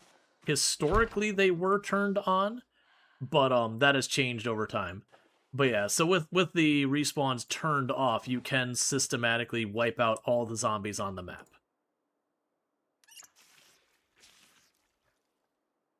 Yeah, and for those who missed, we didn't start with the water turned off settings-wise. We have the default settings. But our water is turned off, and we have been alive for 8 in-game hours. The first sink I got to, the water was off. If you get bit and you get into a car, what happens if you turn the car? Does it automatically get out? I believe so, yeah. Yeah, no, you do. You'll just kind of like appear under the car, and like you'll crawl out from underneath it or whatever, if I remember correctly. So we're just taking a quick little rest since we went exerted for a minute there.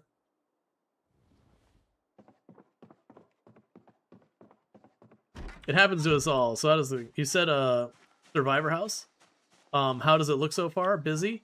It wasn't too bad. We just had the classic of we spawned in, you know, enough zombies saw me that I had to leave. And then the house alarm started going off one by one because I have high cognition zombies, so they're opening the doors and windows and setting off all the alarms. So I honestly probably would have only had to go down maybe one house farther to get away from everything. But with them daisy chaining alarms, I basically went to the edge of town, and that a house alarm drug the zombies away from those houses to the south.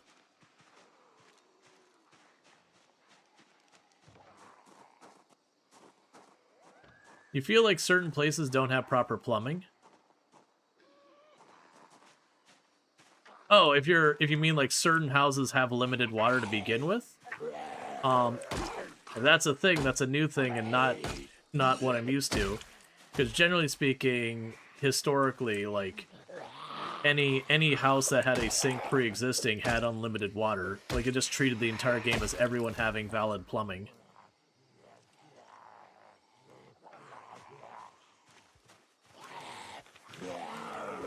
The exception being like sinks in that the player moves, then you'll end up needing to like plumb those, or once the water goes off, then you know everything kind of loses its plumbing from that purpose. I don't think I've ever run into a building where the sinks weren't plumbed at the, you know, out of the gate. Again, before water gets turned off.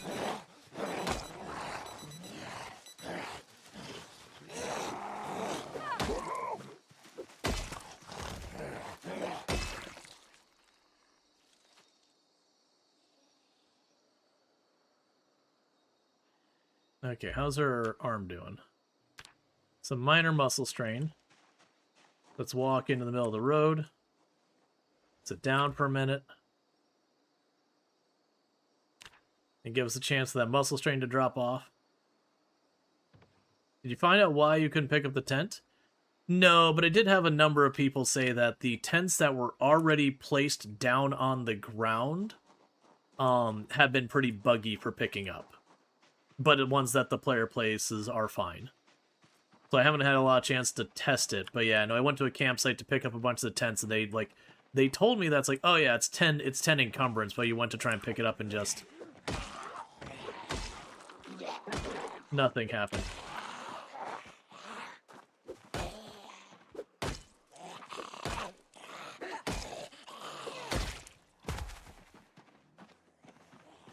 Alright. In the middle you saw, yeah, no, it was... With Build 42 especially, they have, like, you know, an It Stinks kind of emo or moodle.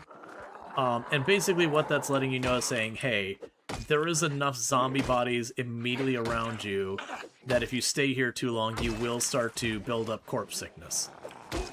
Which, you know, will eventually kill you if it keeps getting worse and worse.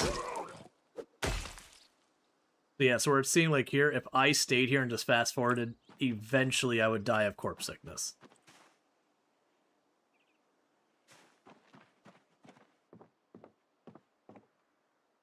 A bunch of plastic cups.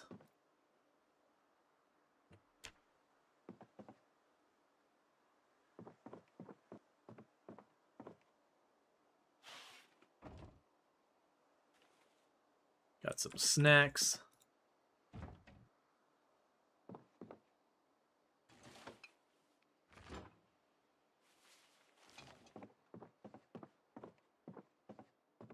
Got our post-snack snacks.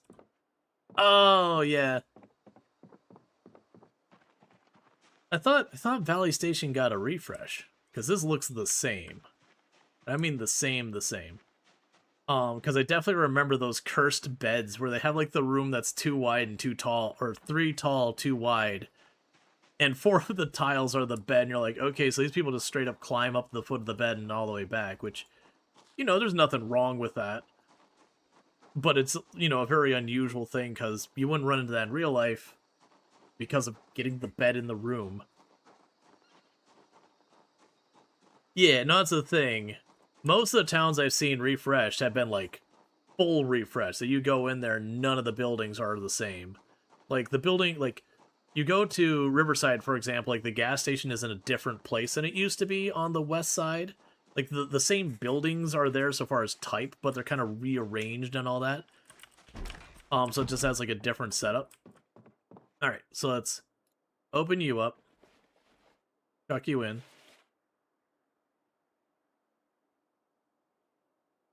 And chuck you in. Start cooking those.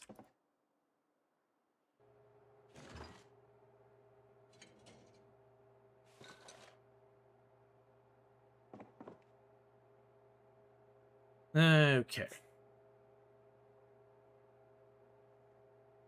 They smell worse than a teenage boy's room. Yep. A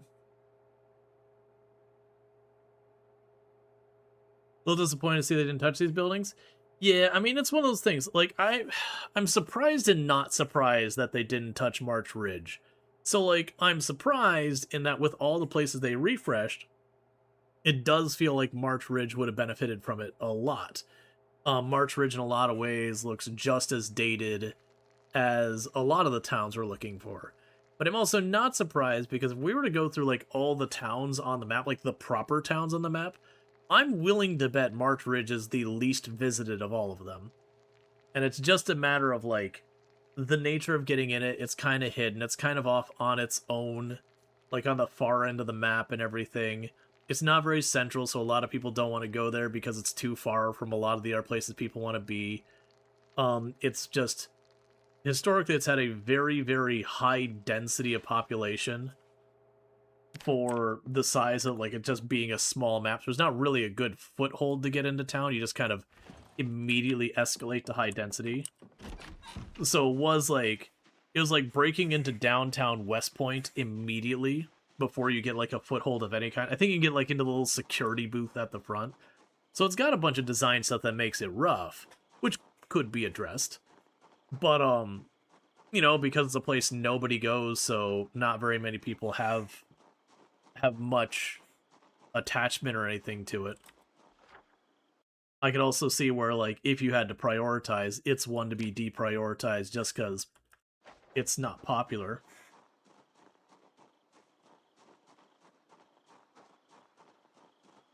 You wonder if they'll put a way to tag buildings so you can tell? I wouldn't think so. And the reason are because there's times you'll go into a building and you won't have looted it, and you'll want to come back, and the game's gonna have no way to know, I want to explore this more, I don't want to explore this more. Like, those are all player decisions. I'm sure you could find mods to, like, flag stuff or whatever, but I do think it's probably good to have the player handling a lot of that. And thank you for the follow. Welcome to stream. Because, like, even the way people note and what they note on their buildings and all that between players varies wildly.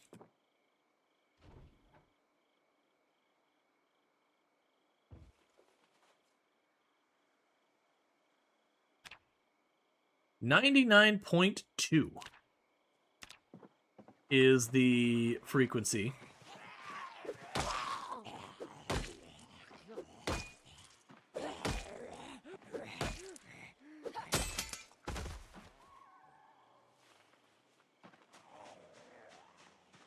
Let's back up a little.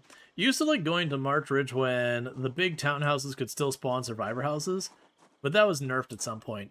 Yeah, and then the other thing that people went to March Ridge for was there was the apartment on the north end of town there. That was honestly one of the most gun-rich places in the whole game for a long time. Like, you'd go to some of the armories and all that, and then you'd come out of that apartment and you'd have so much more ammo and firearms than, you know, even going to, like, the West Point gun store or places like the prison and all that would give you. It's just like every bedroom just about had at least some kind of gun in it. I'm exaggerating a little bit, but it was thick with guns. I understand that did get nerfed at some point.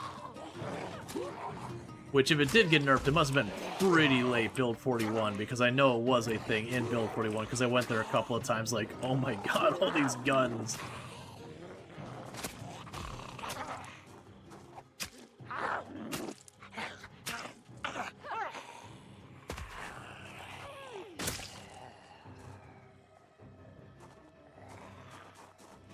All right.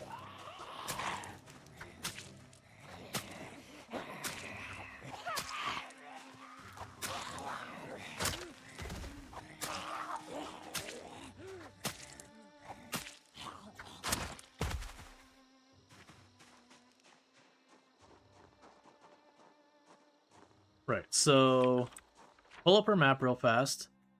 I'm just going to add a note over here in the open space.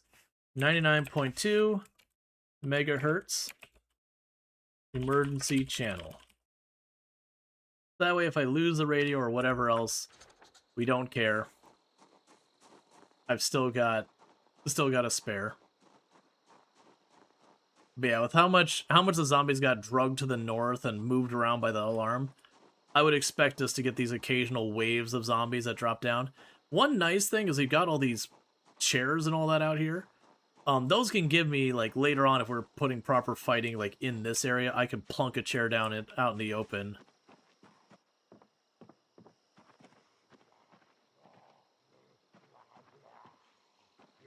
There you are. It's like, I hear you.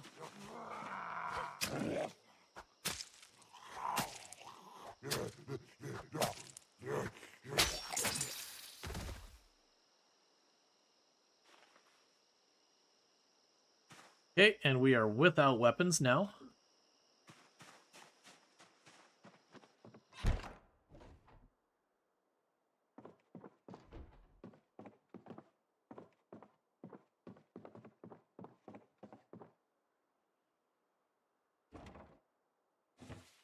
There's the beloved bull.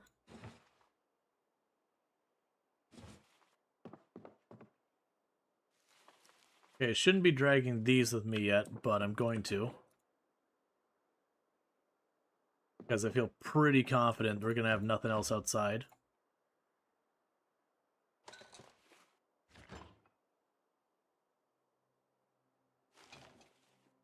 Alright, so this is the kind of thing you should absolutely not do. This is Rual's do as I say, not as I do moment. You don't want to be walking around very overloaded. You don't even want to be at overburdened. I forget what the lowest level one that shows. That's kind of the last one that's like really okay-ish. But I'm also being lazy and we're very early on in the run, so I kind of don't have much to lose, so I'm not too fussed.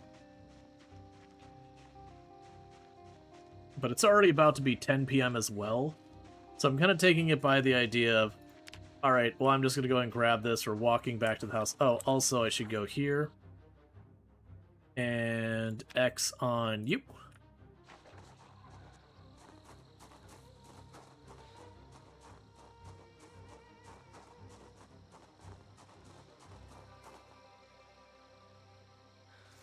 Grab the stick, for I foresee crafting weapons in my future.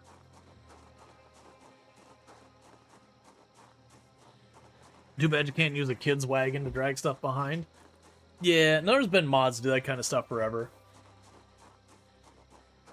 So like mods to get, you know, the kid's wagon, the dolly, the wheelbarrow, that kind of stuff. Most of those mods ends up being pretty janky.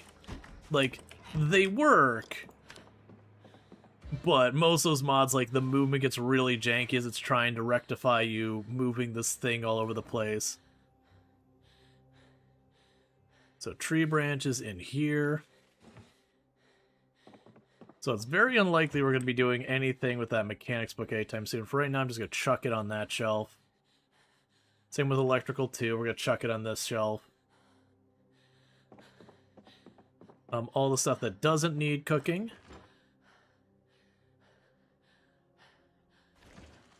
Put in there, and in there, and in there. Yup.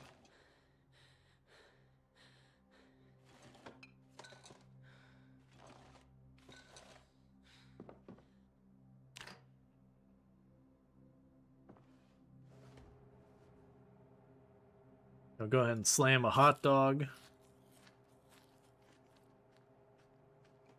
Most likely a lot of this is going to go bad.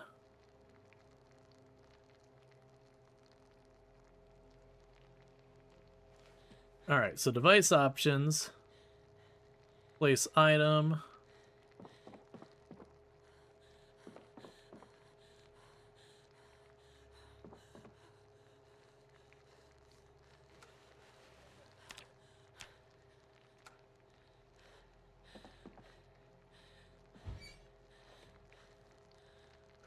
Alright.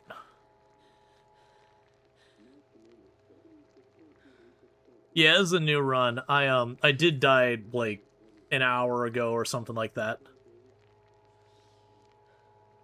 Just saw a zombie move, thought the zombie went to one place, got confused when I didn't see the zombie where it was, and I missed that there was a tiny closet with no door. Like, I knew the closet was there, I just didn't remember it in the moment. And so I walked up. It's gonna be one of those runs. So, to clarify what we've experienced so far, we started our run, we almost immediately got a house alarm, and then several others chain reacted. The water, despite us having it up to 30 days being there, was turned off immediately, and our very, very, very first radio broadcast on our very first day is warning us there's a tropical storm coming in a couple of days. So they're just front loading all the stuff.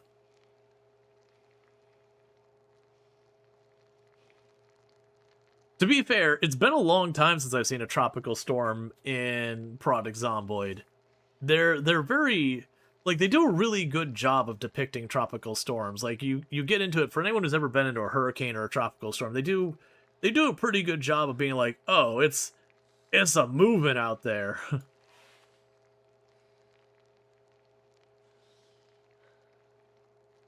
Now, granted, unlike in real life, where one of your big concerns about being outside during a tropical storm is getting whacked by debris, that's not a thing in the game. But other than that, like, you know, there's a lot of visual noise. There's no tornadoes. Do the zombies get pushed away? No. No, it reminds you, if you've ever played, like, Left 4 Dead 2, there's the one map where it's, like, every so often all hell breaks loose on the weather kind of thing. It kind of reminds you of that map. They don't have, like, all the flooding and everything else going on that happens with it. But they do have a lot of stuff that kind of piles in.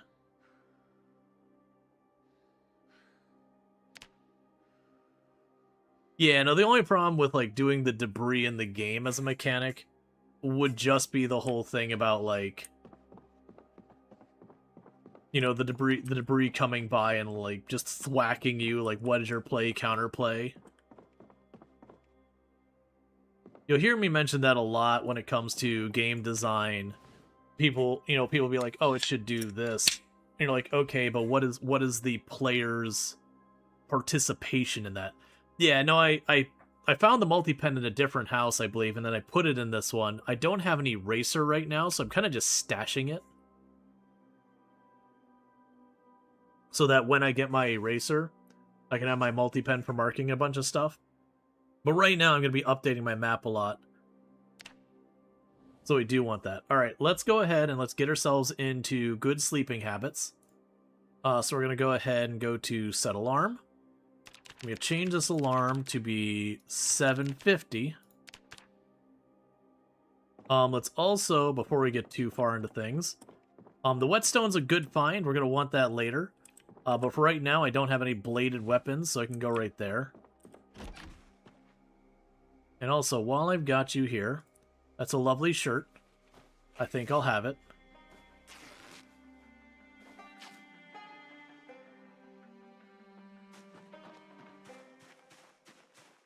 Yeah, no, that's exactly what happened to this one, Italics.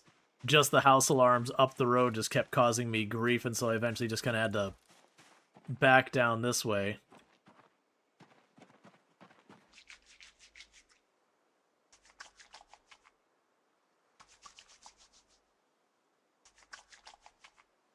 I imagine that's not an uncommon thing with this location.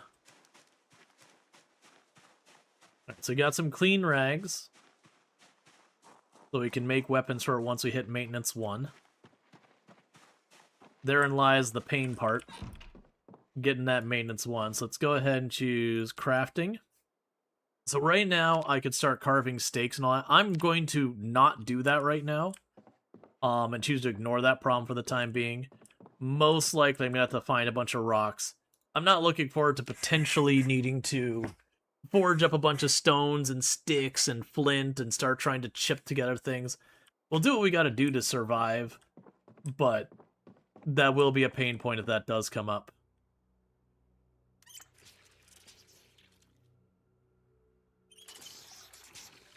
All right.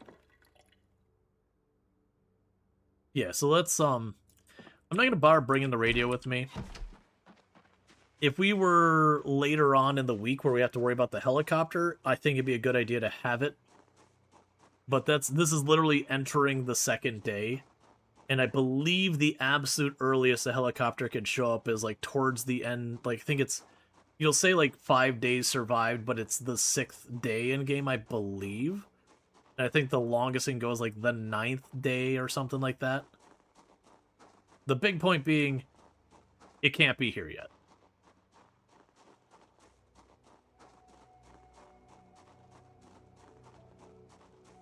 They're not going to bother foraging because it's too dark. Now, we checked the house. We didn't check the carport next to it. I don't think there was anything in the carport.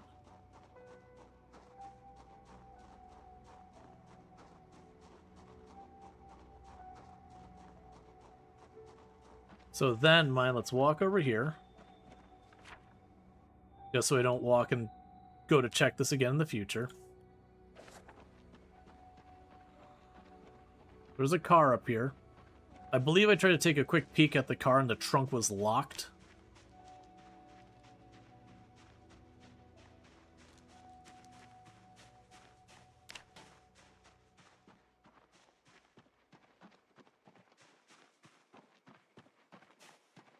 But then we got the good news of all these house alarms.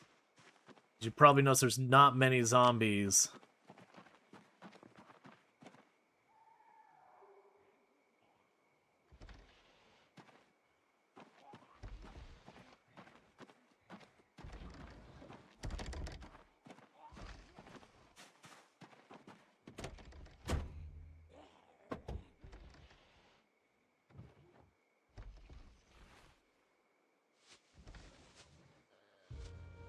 Hello, hello.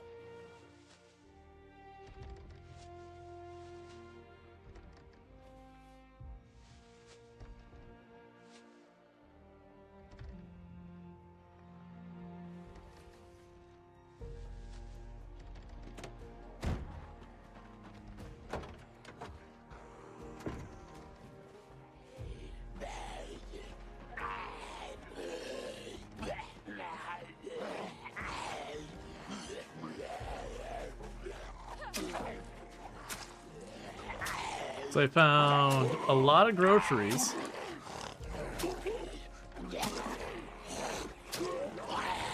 I didn't get a good look at the trunk the moment I saw the paint, even though I didn't see the zombie. Oh hey, I don't like that you came from that direction.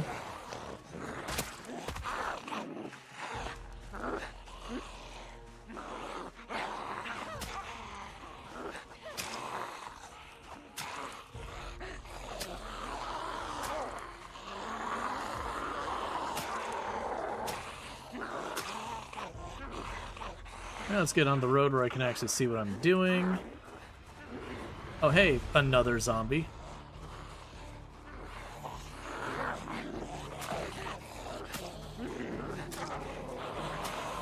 Now just like the screwdriver to hold out until there's like only one or two left. I don't mind if it doesn't last through all of them. If it knocks the numbers down to one or two, then it's easier to manage on my own afterwards.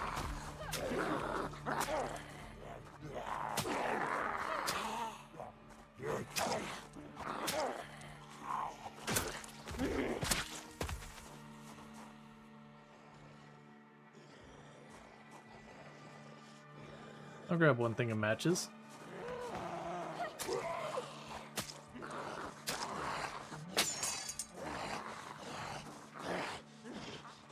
Okay.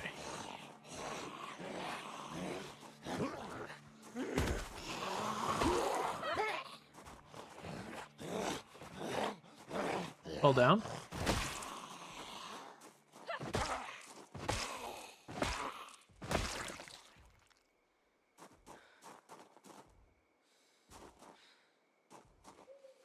Alright, so let's take a minute.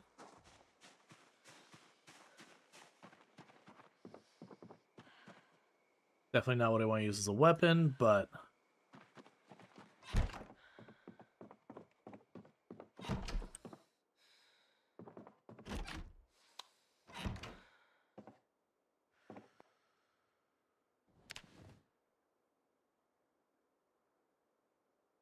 catch your breath for a minute.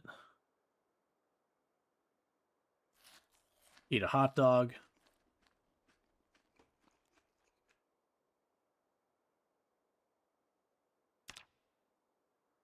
Let's check. Okay.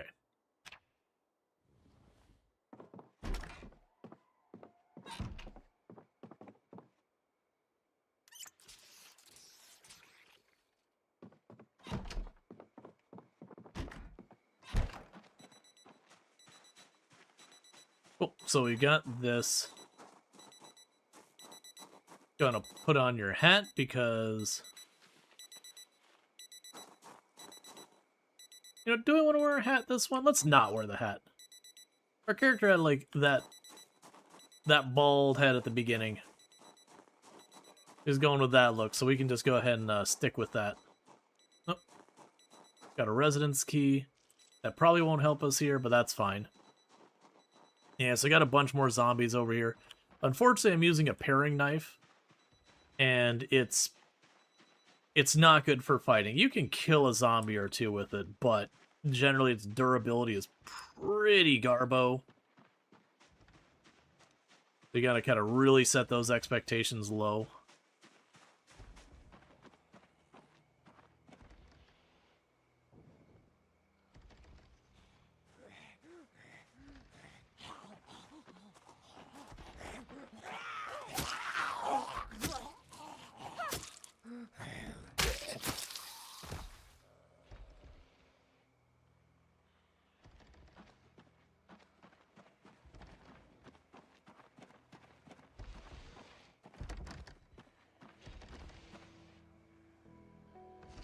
Yeah, so zombies right there. If I go through that window, we're dead.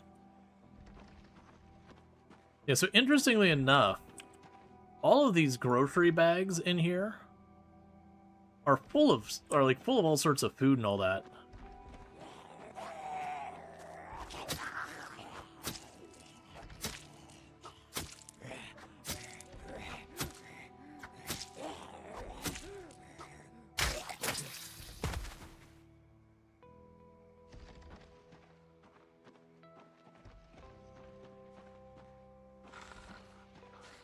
And I'm okay if we want to keep aggroing them one by one, because we can draw enough of them away from here. Might be able to go in from another angle.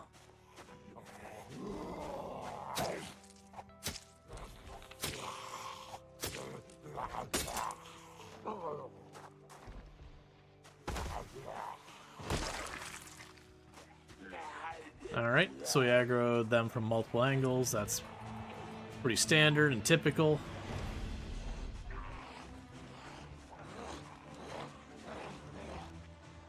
Okay, so we're just backing off a little so that way when I go and start stomping and doing all that stuff, I'm hopefully not drawing in more.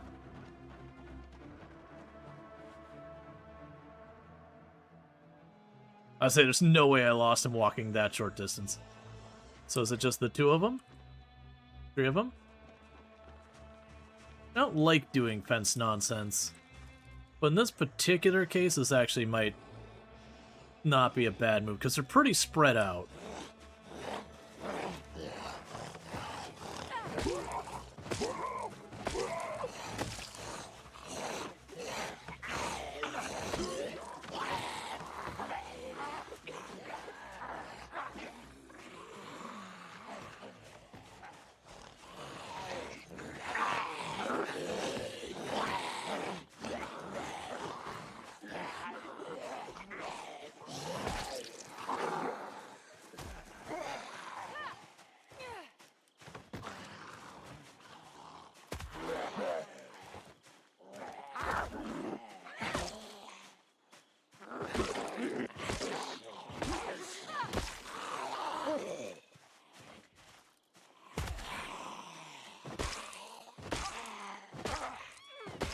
Yeah, no, I had a zombie I lost track of.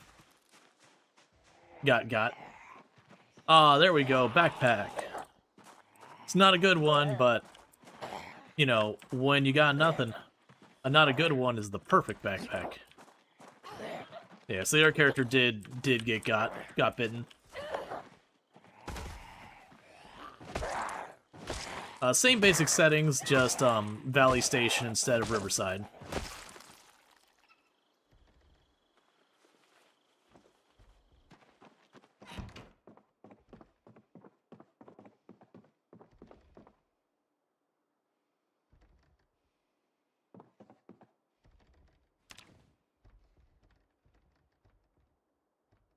So we got a zombie banging on that door.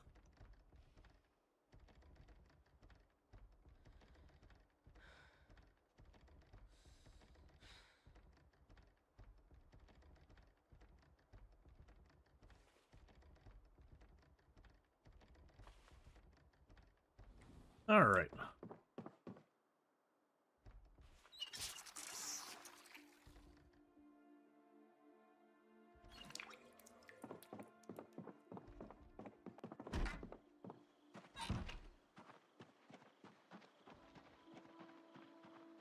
Yeah, it's gonna be a lot of this back and forth.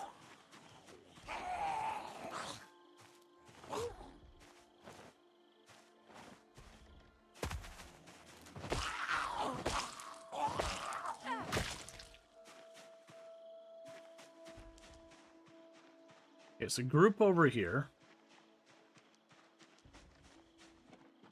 So what I might do here, because they found this person had like a ridiculous number of groceries in their stuff.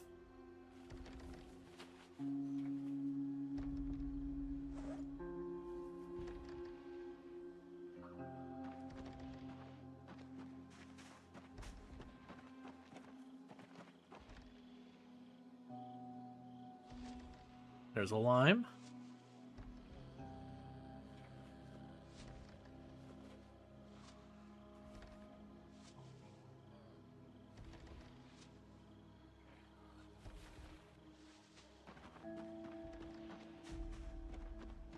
Yeah, so we've got you over here. At least one back here. There's a window down here that would likely get me around that concern. Hey. Okay, you saw me. I don't care which one sees me. I just want to grab one, take it, get to work.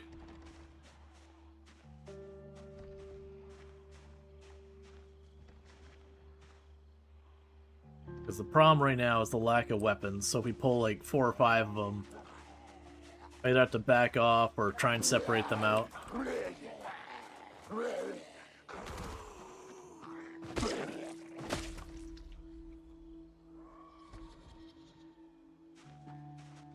Okay.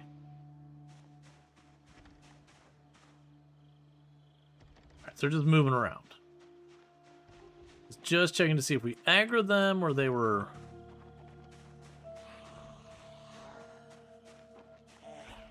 Yeah, if this door wasn't the one being hit, it'd be no problem, but I could probably go through that side window since the zombie's been making the noise there and be okay. But I definitely don't want to go with the side window while that group of zombies is there, very likely to see me.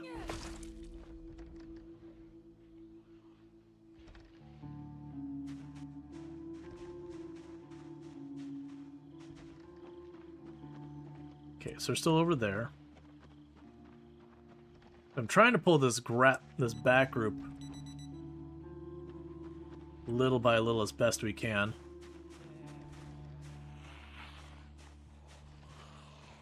Yep, see me, man? There you go. Come on. There you go.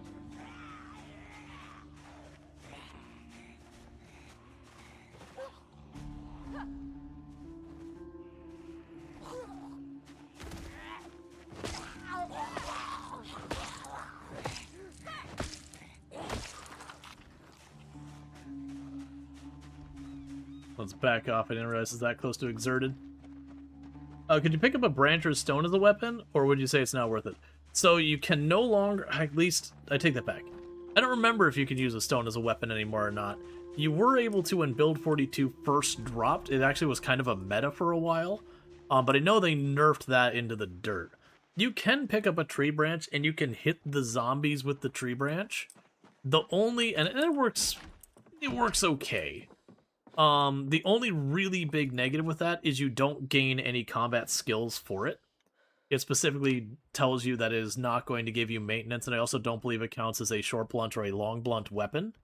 So you can do it for the purposes of killing the zombie, but it won't give you any meaningful character progression. So I'd rather collect those branches, and then use those branches, even if I make them into something terrible like a stake, which is an utterly awful weapon, as it's like they break every third hit.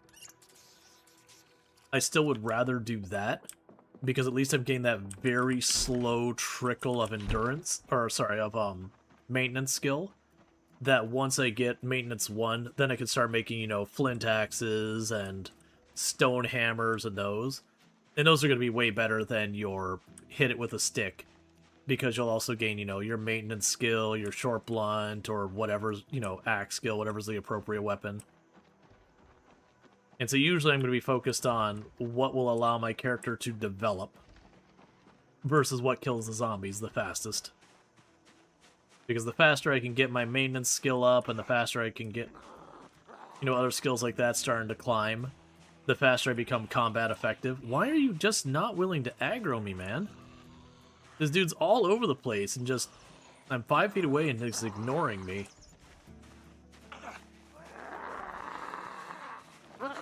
There's also a lot of stuff that people tended to use as weapons that were like improvised weapons that did ultimately get that same treatment.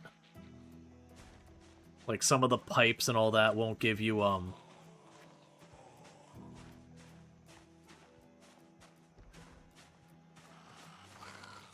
now you notice me.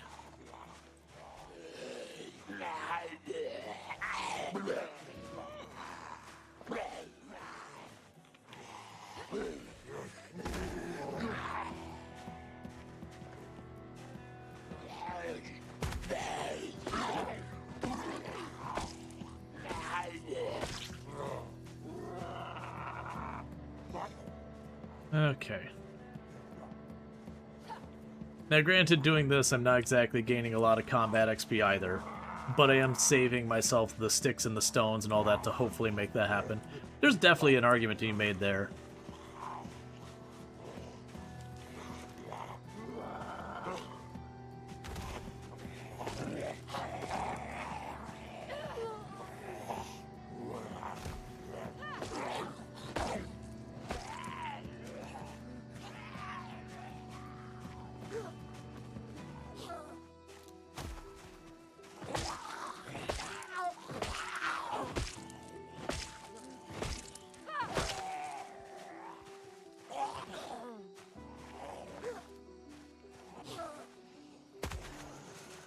Oh, hey. Time to go.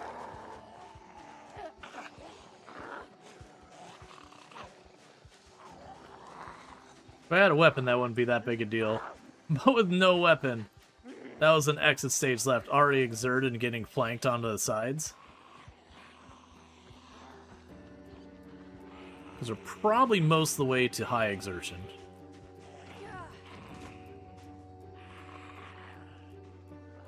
Okay, so it looks like I only got 2 still on me.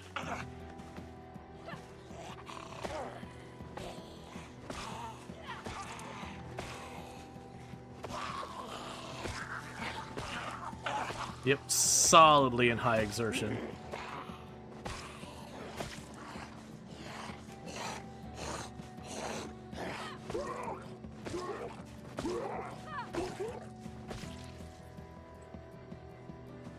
Alright, let's back off.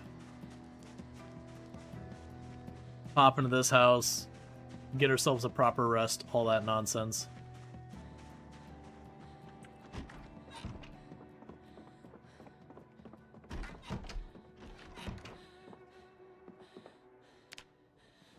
Okay. Yes, I've been focused on eating a lot of the,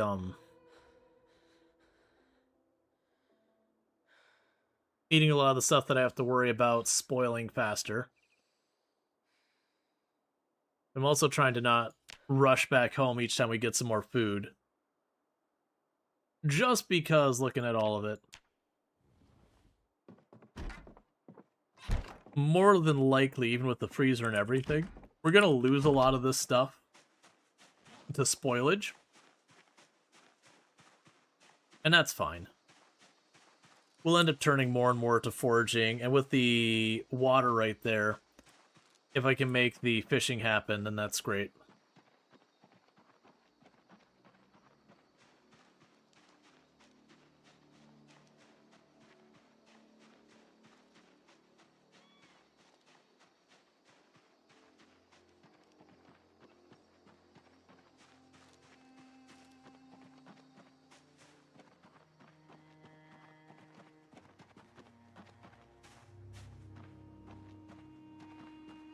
Looks like the zombie might have de-aggroed off the door, which means it might just be still standing directly at that door, ready to rock and roll.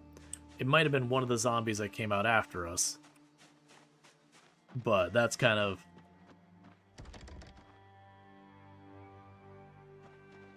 a dangerous situation.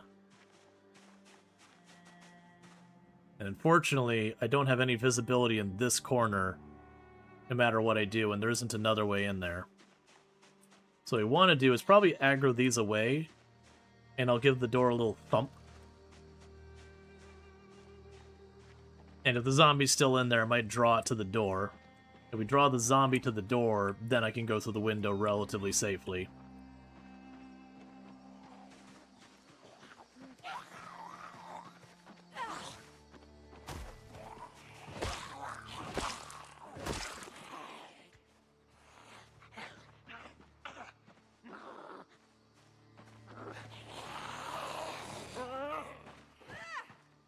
Okay.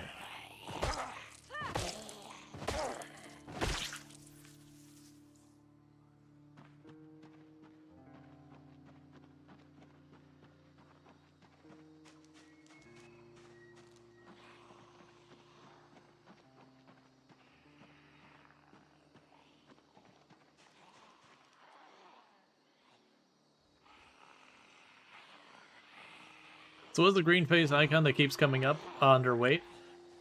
That's basically that it stinks.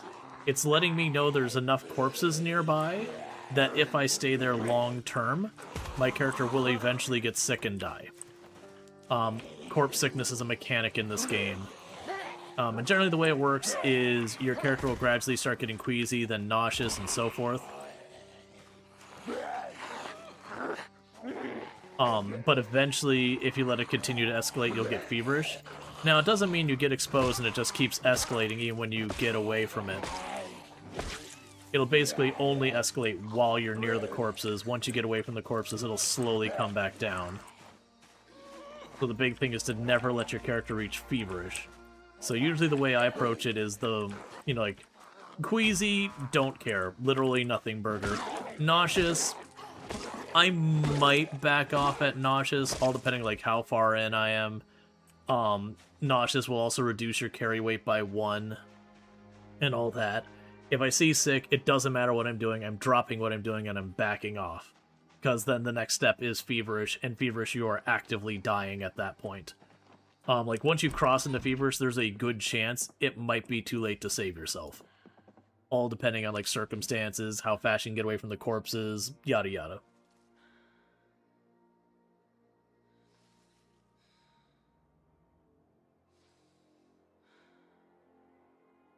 And yeah, and for like behind the scenes, corpse sickness works the exact same as like food poisoning. They do effectively contribute to the same thing. So like eating a poison berry while around corpses will cause your corpse sickness to kind of jump forward a bunch. And just the same thing, you've got lemongrass, which helps you with food sickness.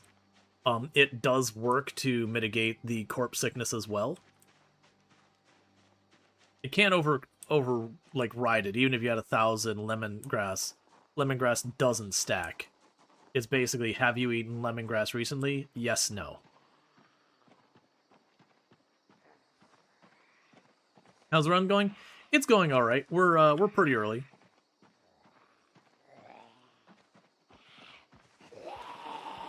We're in that I have no weapons, and there's nowhere nearby to reasonably acquire weapons.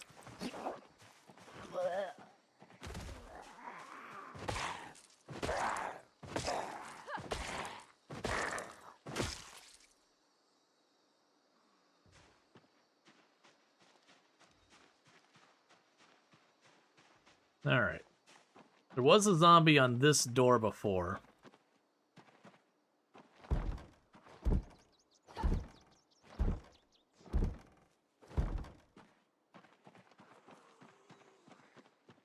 Oh, you take it burning the bodies would sort things long term? Yeah, because you'd die. Generally speaking, in Project Zomboid, the only time you want to do any effort into processing bodies, that is, getting rid of corpses, is strictly if they're in the room you are trying to sleep. That's about the only time you'll see me put any effort into corpses at all. Because the corpses do vanish on their own after about 9 days. As they coming out alert for a bit to say, thanks for always taking the time to explain things so well. You always learn a lot of Project Zomboid listening to your stream. Well, thank you. Thank you for the comment and all that stuff, and you're welcome for doing, for what I'm able to help with all that. If I can get a shout out for Bloody Drongo, by the way, if one of my mods is here, I might not have one available right now. No. Oh, I was really hoping I could stomp him real fast before he got up.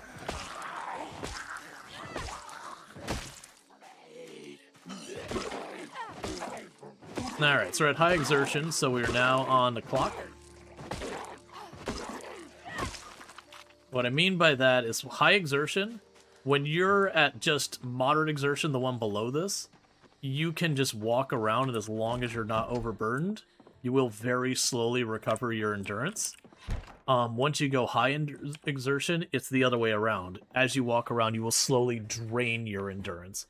So the moment you see that, you've got a big hourglass above your head that says you need to either get out of the fight or finish the fight, or you will eventually die. Alright, so let me go ahead and get the shout out here for Bloody Drongo, who's another fantastic content creator, also been playing Project Zomboid recently, and RimWorld and all that good stuff. So if you like any of those kind of games, it's very similar content to what we have here. If you like what we do around here, you'll probably like what they're doing over there. But definitely good times. And also streams, depending on the time of year, it's either like immediately after I wrap up or like an hour after I wrap up. And all that stuff is 100%, you know, just a good time. It's all right. You just figured burning the bodies would have been a thing. Thanks for answering. So you technically can burn the bodies. If you take a bunch of the bodies and you pile them all up. So like, let's say I drag all these bodies over here and I pile them all up right here on that zombie. And then I build a campfire here and I light the campfire. It will destroy the bodies and set them on fire. I strongly advise against it. We could even do it this way. For those who have played Project Zomboid and attempted to burn the bodies in that capacity, let's have ones in chat for those who have either set themselves on fire trying to do that, or been party with someone else who set themselves on fire trying to do that. Because it is one of those things that almost every single person who destroys bodies via campfire almost always eventually sets themselves on fire. Which basically, you can survive it, but it's one of those things that there's very little you can do. It's kind of, did you get lucky and survived it or not? Yeah, also moving the corpses is horrifically. What about using a Molotov? I mean, you can do that as well. It still has most of the same problems, with the additional problem of you're going to set the nearby area on fire. And I don't know where fire spread is at these days off the top of my head, because I just don't use fire. But historically, you would start the fire, and then it's time to just leave town because you'd watch the whole town burn. Because fire spread was pretty ridiculous for the longest time. If you didn't set yourself on fire, but you burned on half the map. I guess maybe the way I should have phrased it is, who attempting to burn zombie corpses got undesirable side effects, whether it was you burnt down the town, you burnt yourself down, or, you know, whatever, things escalated in a way that was non-desirable. Because it is one of those things that, like, most of the time when people start burning bodies, that is almost like an inevitable outcome.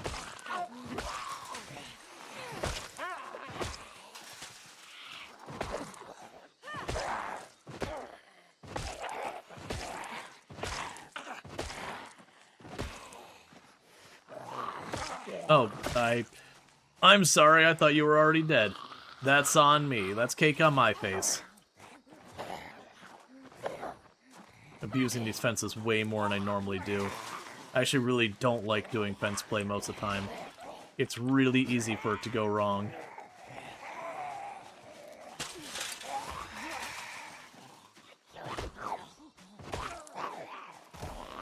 That was weird, but okay.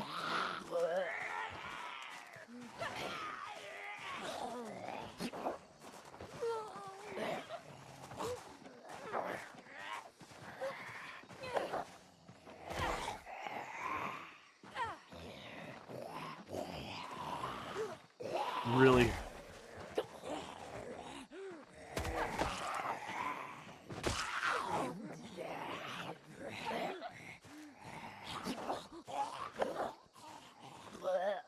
Come on. Time to tip over.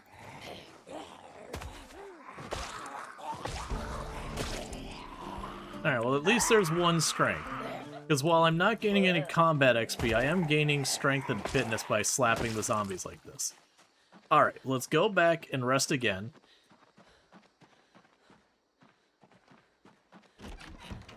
Oh man, I remember. Where was it? Was it a West Point push run?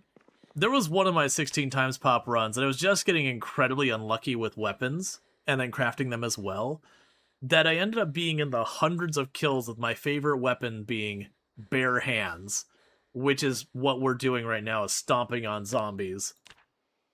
Yeah, so like right now we're at 65 kills with my favorite weapon being bare hands.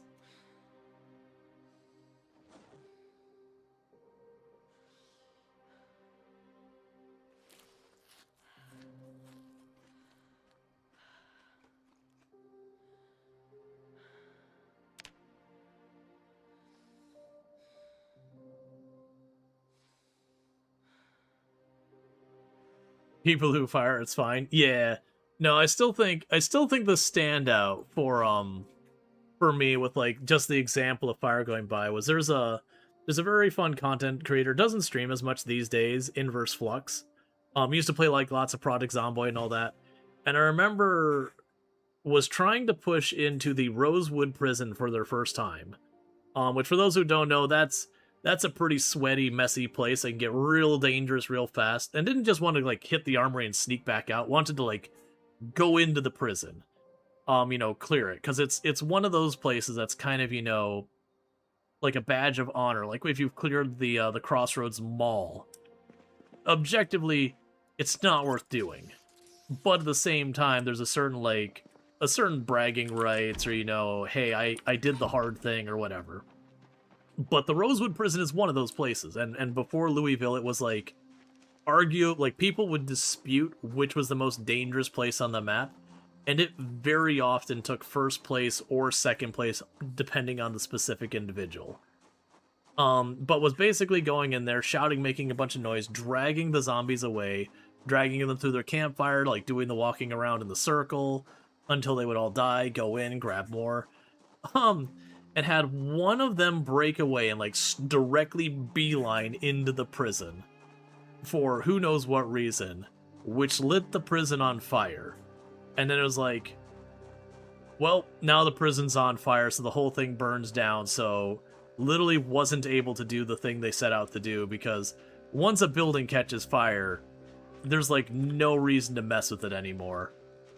Very, very genuinely, it's just going to destroy so much of the building, and it makes the building way more dangerous than it would be otherwise. Because, like, if the stairs, for example, get caught on fire, you can fall through the stairs, and if it's into, like, nowadays, if it's into a basement, and you don't have a stairwell to get out, you're trapped, your run's over, you just get to stare up and go, there's literally no way out, unless you just happen to have enough carpentry and the supplies to build a staircase. And the odds of that being a thing you have on your person at any given time, because it's a stupid amount of wood, might as well be zero.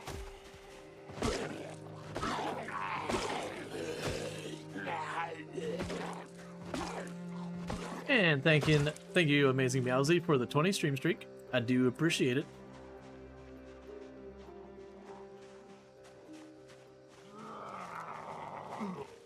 All we need to do is get lucky and get ourselves a metal baseball bat, or a crowbar, or a nightstick. That's the opposite of lucky and getting a good weapon. That's just a bunch of zombies I'm not really well suited to deal with. I mean, it's only 3. So, part of the reason I'm feeling okay about abusing the fences, which is something I, again, typically don't do, is I'm basically being stubborn. I really don't want to get into the crafting treadmill of making a bunch of, like, stone hammers and all that. I'll do it if I have to. But with this, having one of them in the lead, it means I could score a good enough... Oh, that's only 2 hits to kill that one. I could score a bunch of hits.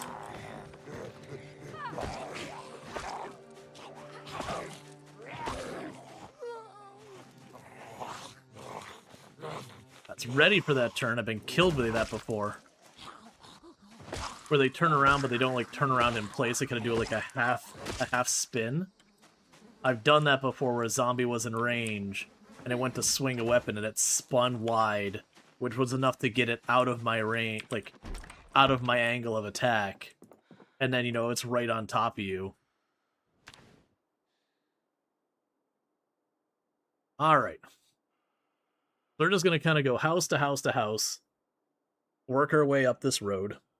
The house that was the survivor house up there, all the windows are boarded up. It was one of the houses that the walls are wood walls, so it should be easy to spot when we get there. I'm pretty sure it's a bit farther north.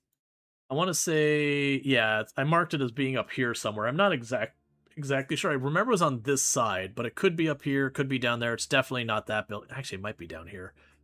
But that's gonna be the plan, is to kind of go up the coast.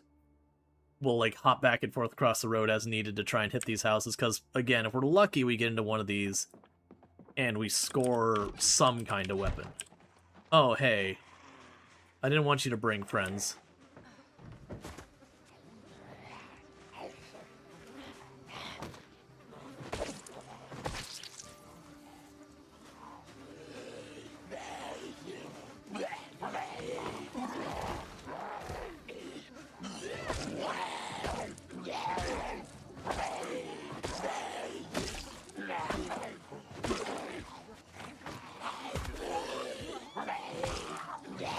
If you saw what I'm doing there, it's a little cheeky strat. Zombies, when they climb over a fence, can lunge. And it's the lunge that kind of really screws with a lot of stuff. But if you notice what I was doing there is they would start the animation of climbing over, and I would shove them. Once you do that, they're no longer considered as climbing over. Oh, okay. And so by doing that little shove, you take away their ability to do the lunge on you, which makes it way safer. The big challenge you run into is just sometimes, like, the targeting will get weird and you'll target the wrong zombie and now you're not protecting yourself and all that. It's all those, like, weird edge cases that make stuff like sprinters and fence play that it can get real spicy when it doesn't really need to be. So a lot of how you succeed in those types of gameplays, those strategies, is kind of going and figuring out ways to avoid the edge cases or to make yourself less likely to get punished in those edge cases.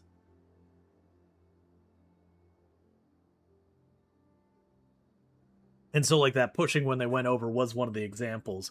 At which point, what would happen is if I pushed and I didn't hit the right zombie, you'd see me run to the side really fast.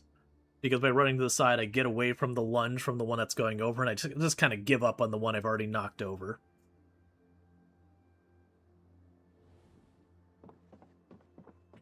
A lot of the time, the way you survive in Project Zomboid when doing stuff is knowing when it's time to quit the field. Like, when it's time, like, whatever you're doing, it's time to back off and let it go. You know, come back later. Because it's very rare that you can't just, like, walk away and then, like, come back when, you know, whatever's got you off balance is sorted. That's not where I wanted to put that. Why did I put that there?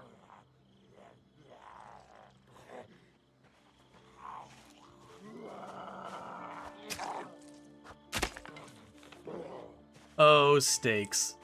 You will for always and ever be a terrible weapon.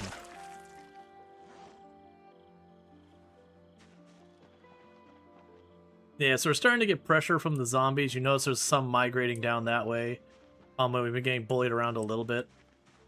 I'm pretty sure the zombie that was in here has already left the building. Yep. It was one of the ones that came after us previously.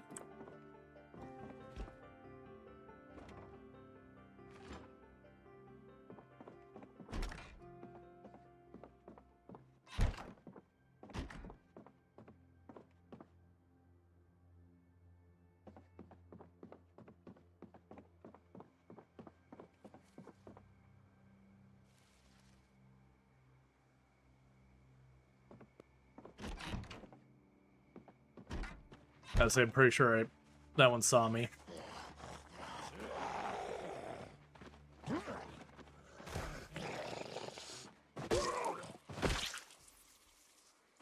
Okay, you had friends. Not seeing trees rustling over here. Oh, there we go. We got tree rustling.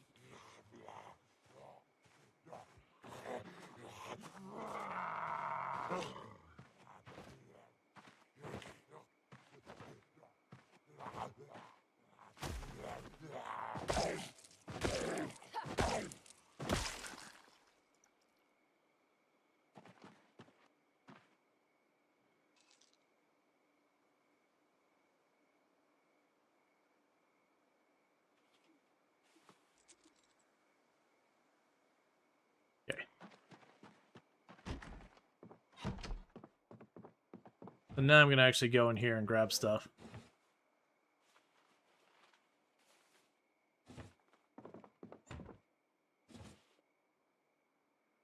Make the pancake mix. Let's be honest. It's not a bad thing or whatever. But the odds I mess with it are pretty minimal. Okay, so we definitely overburned ourselves way beyond what's safe or reasonable. And I'm going to once again walk it home because it's getting ready to be dark anyways.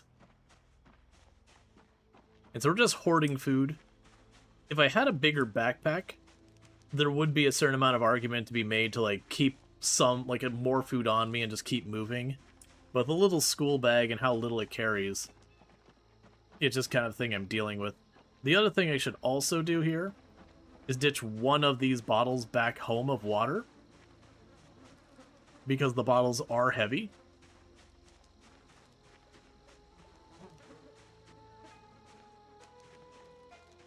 Okay.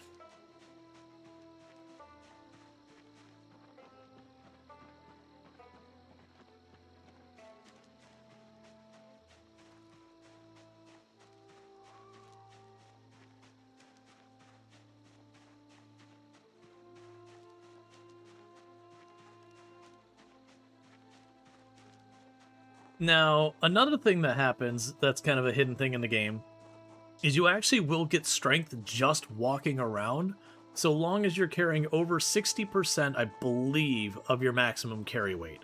So let's just, to make math easy, let's say my max carry weight is 10.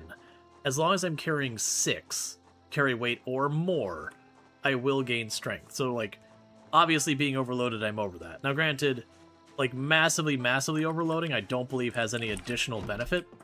It's basically, did you cross the line in the sand of how high you have to go? All right, so let's grab the stuff that does not need to be cooked and chuck that in here. Okay, and there's Drowsy anyways. And I do understand I'm putting canned goods in the freezer, and there's no benefit to doing that. That's strictly because I've got the space in there. So rather than splitting the food up between a whole bunch of different places, I'm just chucking it all in here. Once it starts to get full, I'll start grabbing the non-perishables and chucking them into the fridge. And then once the fridge is full, I mean, at that point, that means I'm not really worried about food at all.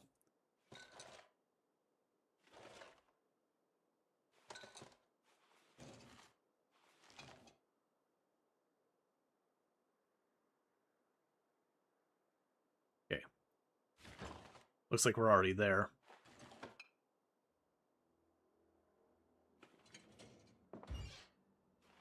So grab the steak.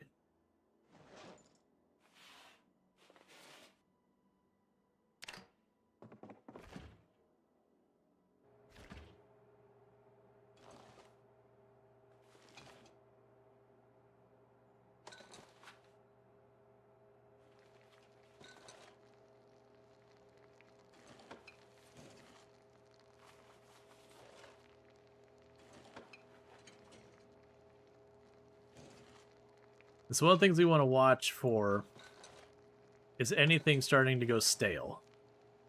We'll prioritize eating that first.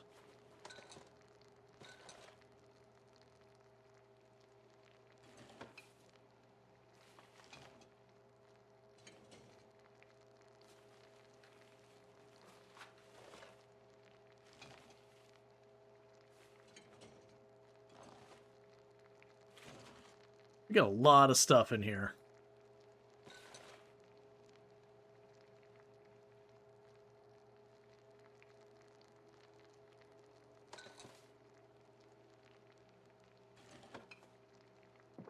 I will say, with the stuff in there, we can make a pretty boss salad. Like, very genuinely, when we get to the point of, like, all that, we're going to be able to pull out a ton of stuff for making ridiculous salads out of. Right now, I'm focused on the hot dogs, because as I recall, I don't think you can put hot dogs in salads or whatever. Same with the ground beef. You can use it in some recipes, but I don't think you can put it in a salad. And that's usually my go-to for cooking food to get bonuses, is just put it in the salad bowl, call it a day.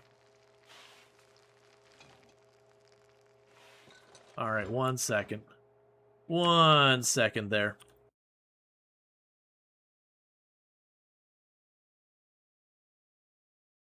I think some of that wasn't actually cooked. But we're already on the freezer. Yep. Some of that got pulled out of the freezer a little too soon. Okay.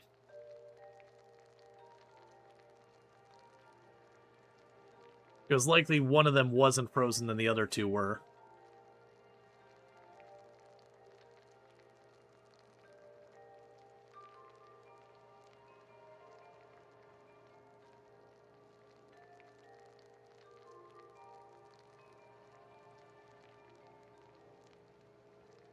Gonna eat that last hot dog.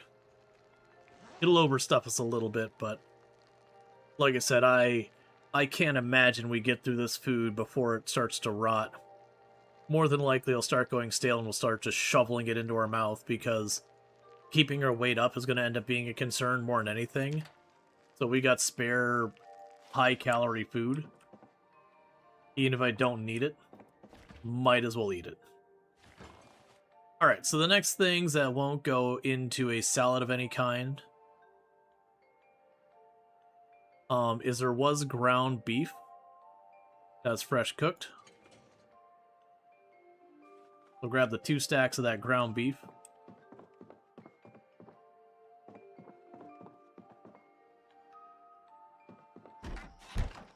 I guess for right now, I'm gonna go ahead and walk up the road, even though we are, we are tired, so we really should be turning in. I don't have anything worth doing at the house right now that I haven't already done.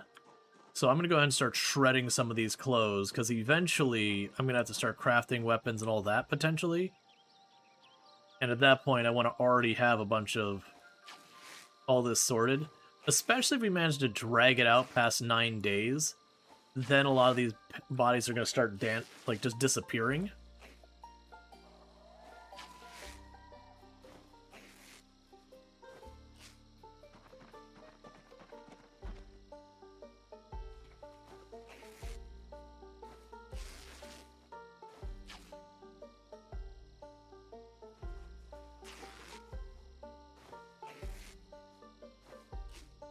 Okay, notice I'm not really worried about the digital watches.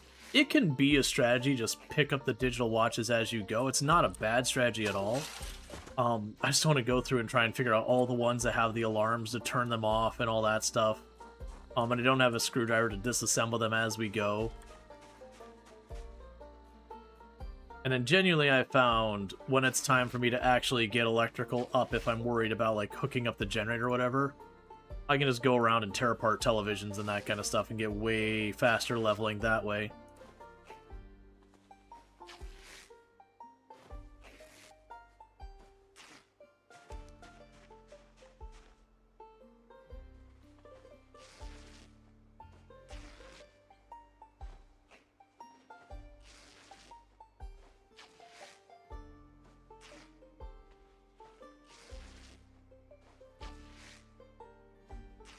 Okay.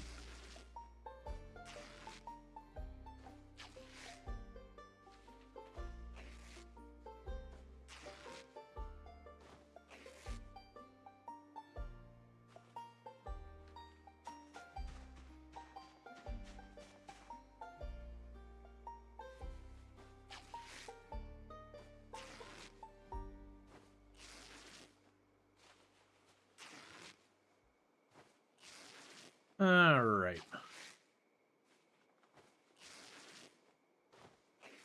I think we won't go past this building up ahead of me for ripping the clothes tonight. Just because we've had some zombies moving down. There is a chance I might aggro some doing this way if they've been moving around a lot. Which they probably are, because what'll end up happening is they'll have drawn a bunch of zombies from the area to one house. Or like in that general area. And then eventually the game triggers redistribution. Which is where it goes, okay, I have this whole big area that the zombies are supposed to be, but they're all bunched up here. And so it'll try and kind of spread them out to balance them out a little bit more the way it's expected. But it's based on, like... I always get the details on the two mechanics backwards or whatever.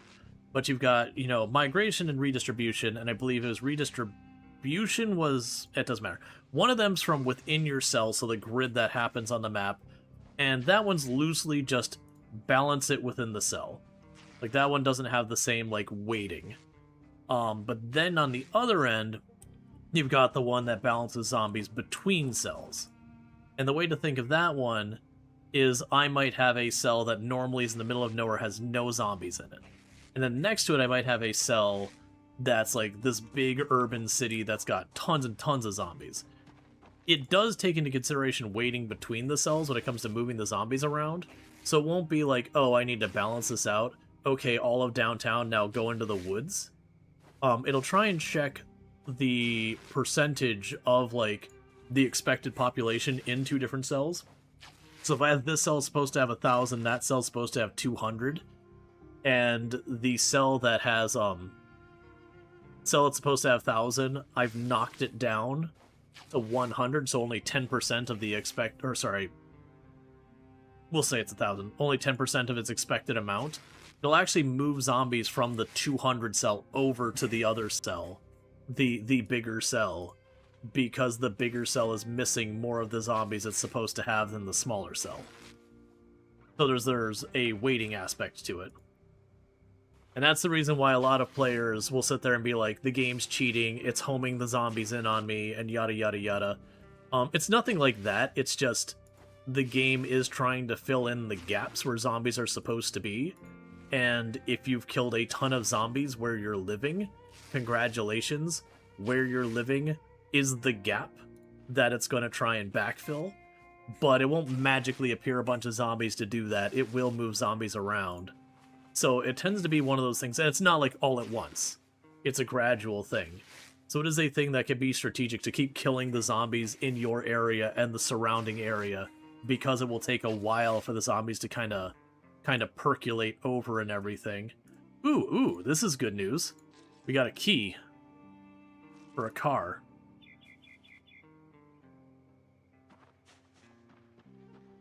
So there's a car 2 houses over that way, and there's a car down this way too. Is this a hard game? It can be. I wouldn't say it's an easy game.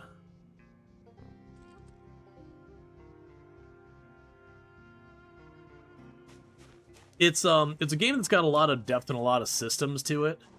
You can find basic success without knowing or understanding a lot of those systems, so it's not one of those games like you need to know a bajillion things just to have a chance. But the more systems you know, the better your odds of surviving are. Yeah, so downside is the key doesn't go to this car. Yeah, unforgiving is fair. Like, people go, is this game hard? And it's like, well, I would say it's more unforgiving than specifically hard. It's kind of like, is Dark Souls hard? Well, Dark Souls is unforgiving. Like, it is a game around pattern recognition that once you take the time to learn the patterns, you can actually get Dark Souls to feel pretty easy. But at the same time, when you're new to the game and you don't know the patterns, the game is going to absolutely just dumpster you. It can be hard at the very start when you're trying to learn the basics. Yeah, no, you're definitely, like, very much to set expectations. You are going to die. Like, when you boot this game up, you are going to die. You're going to die a lot of times, again and again, and it's going to be one of those things where you're going to die this way, and you go, okay. You know, I mean, there's, like, the basic, like, learning the flow of combat, and that just takes time. But you'll do something, you'll mess up, and you'll die, and you go, okay, what can I do that would prevent that death in the future? And you come up with a solution to that, and you move forward. And you kind of slowly figure out all the things that you can go wrong, and you start coming up with ways of dealing with them. You know, some you'll trial and error, but figure out one that works. And then once you kind of got that pinned down, it's very rare you'll die in that same way again. And so, as time goes on, you'll find you'll die less and less as you've solved it. And you can never eliminate the risk of death, but you can mitigate it heavily. Is it like a story or online game? No, it's neither. Project Zomboid is a sandbox game.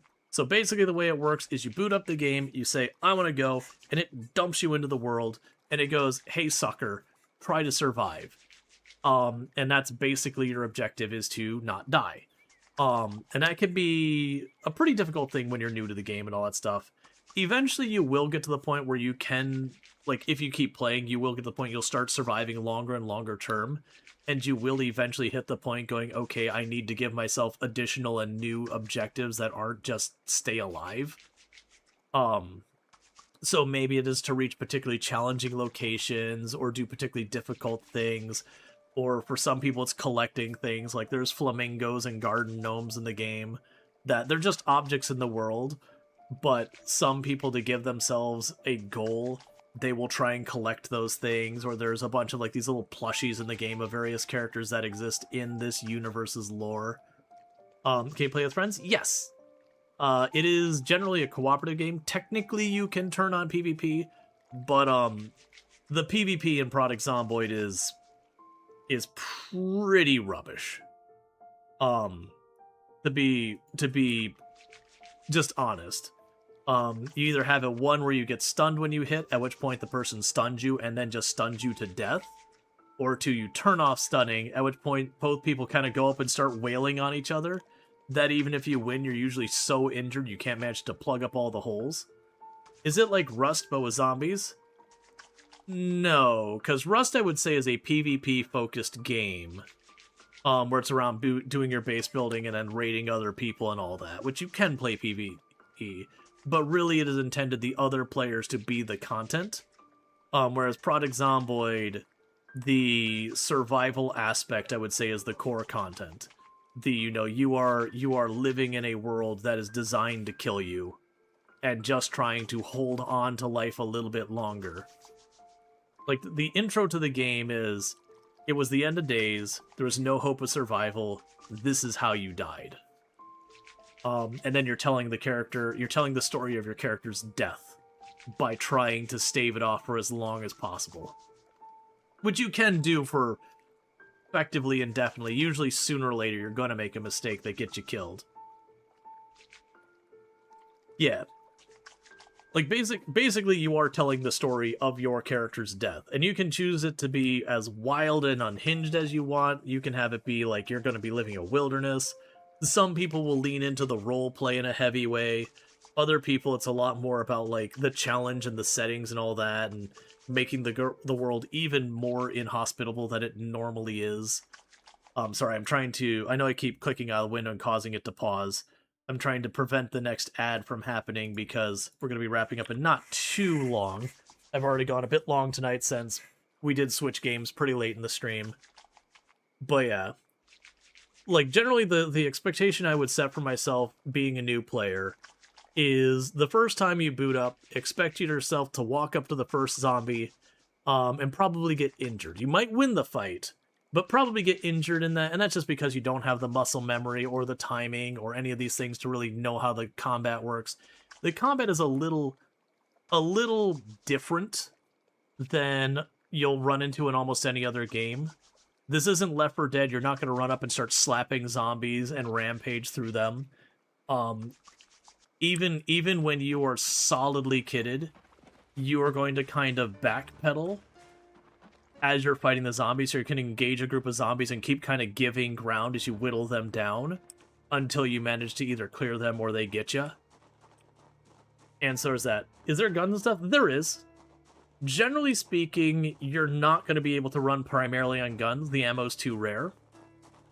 And that's a deliberate decision by the devs to just make it so it's not just a run and gun kind of game.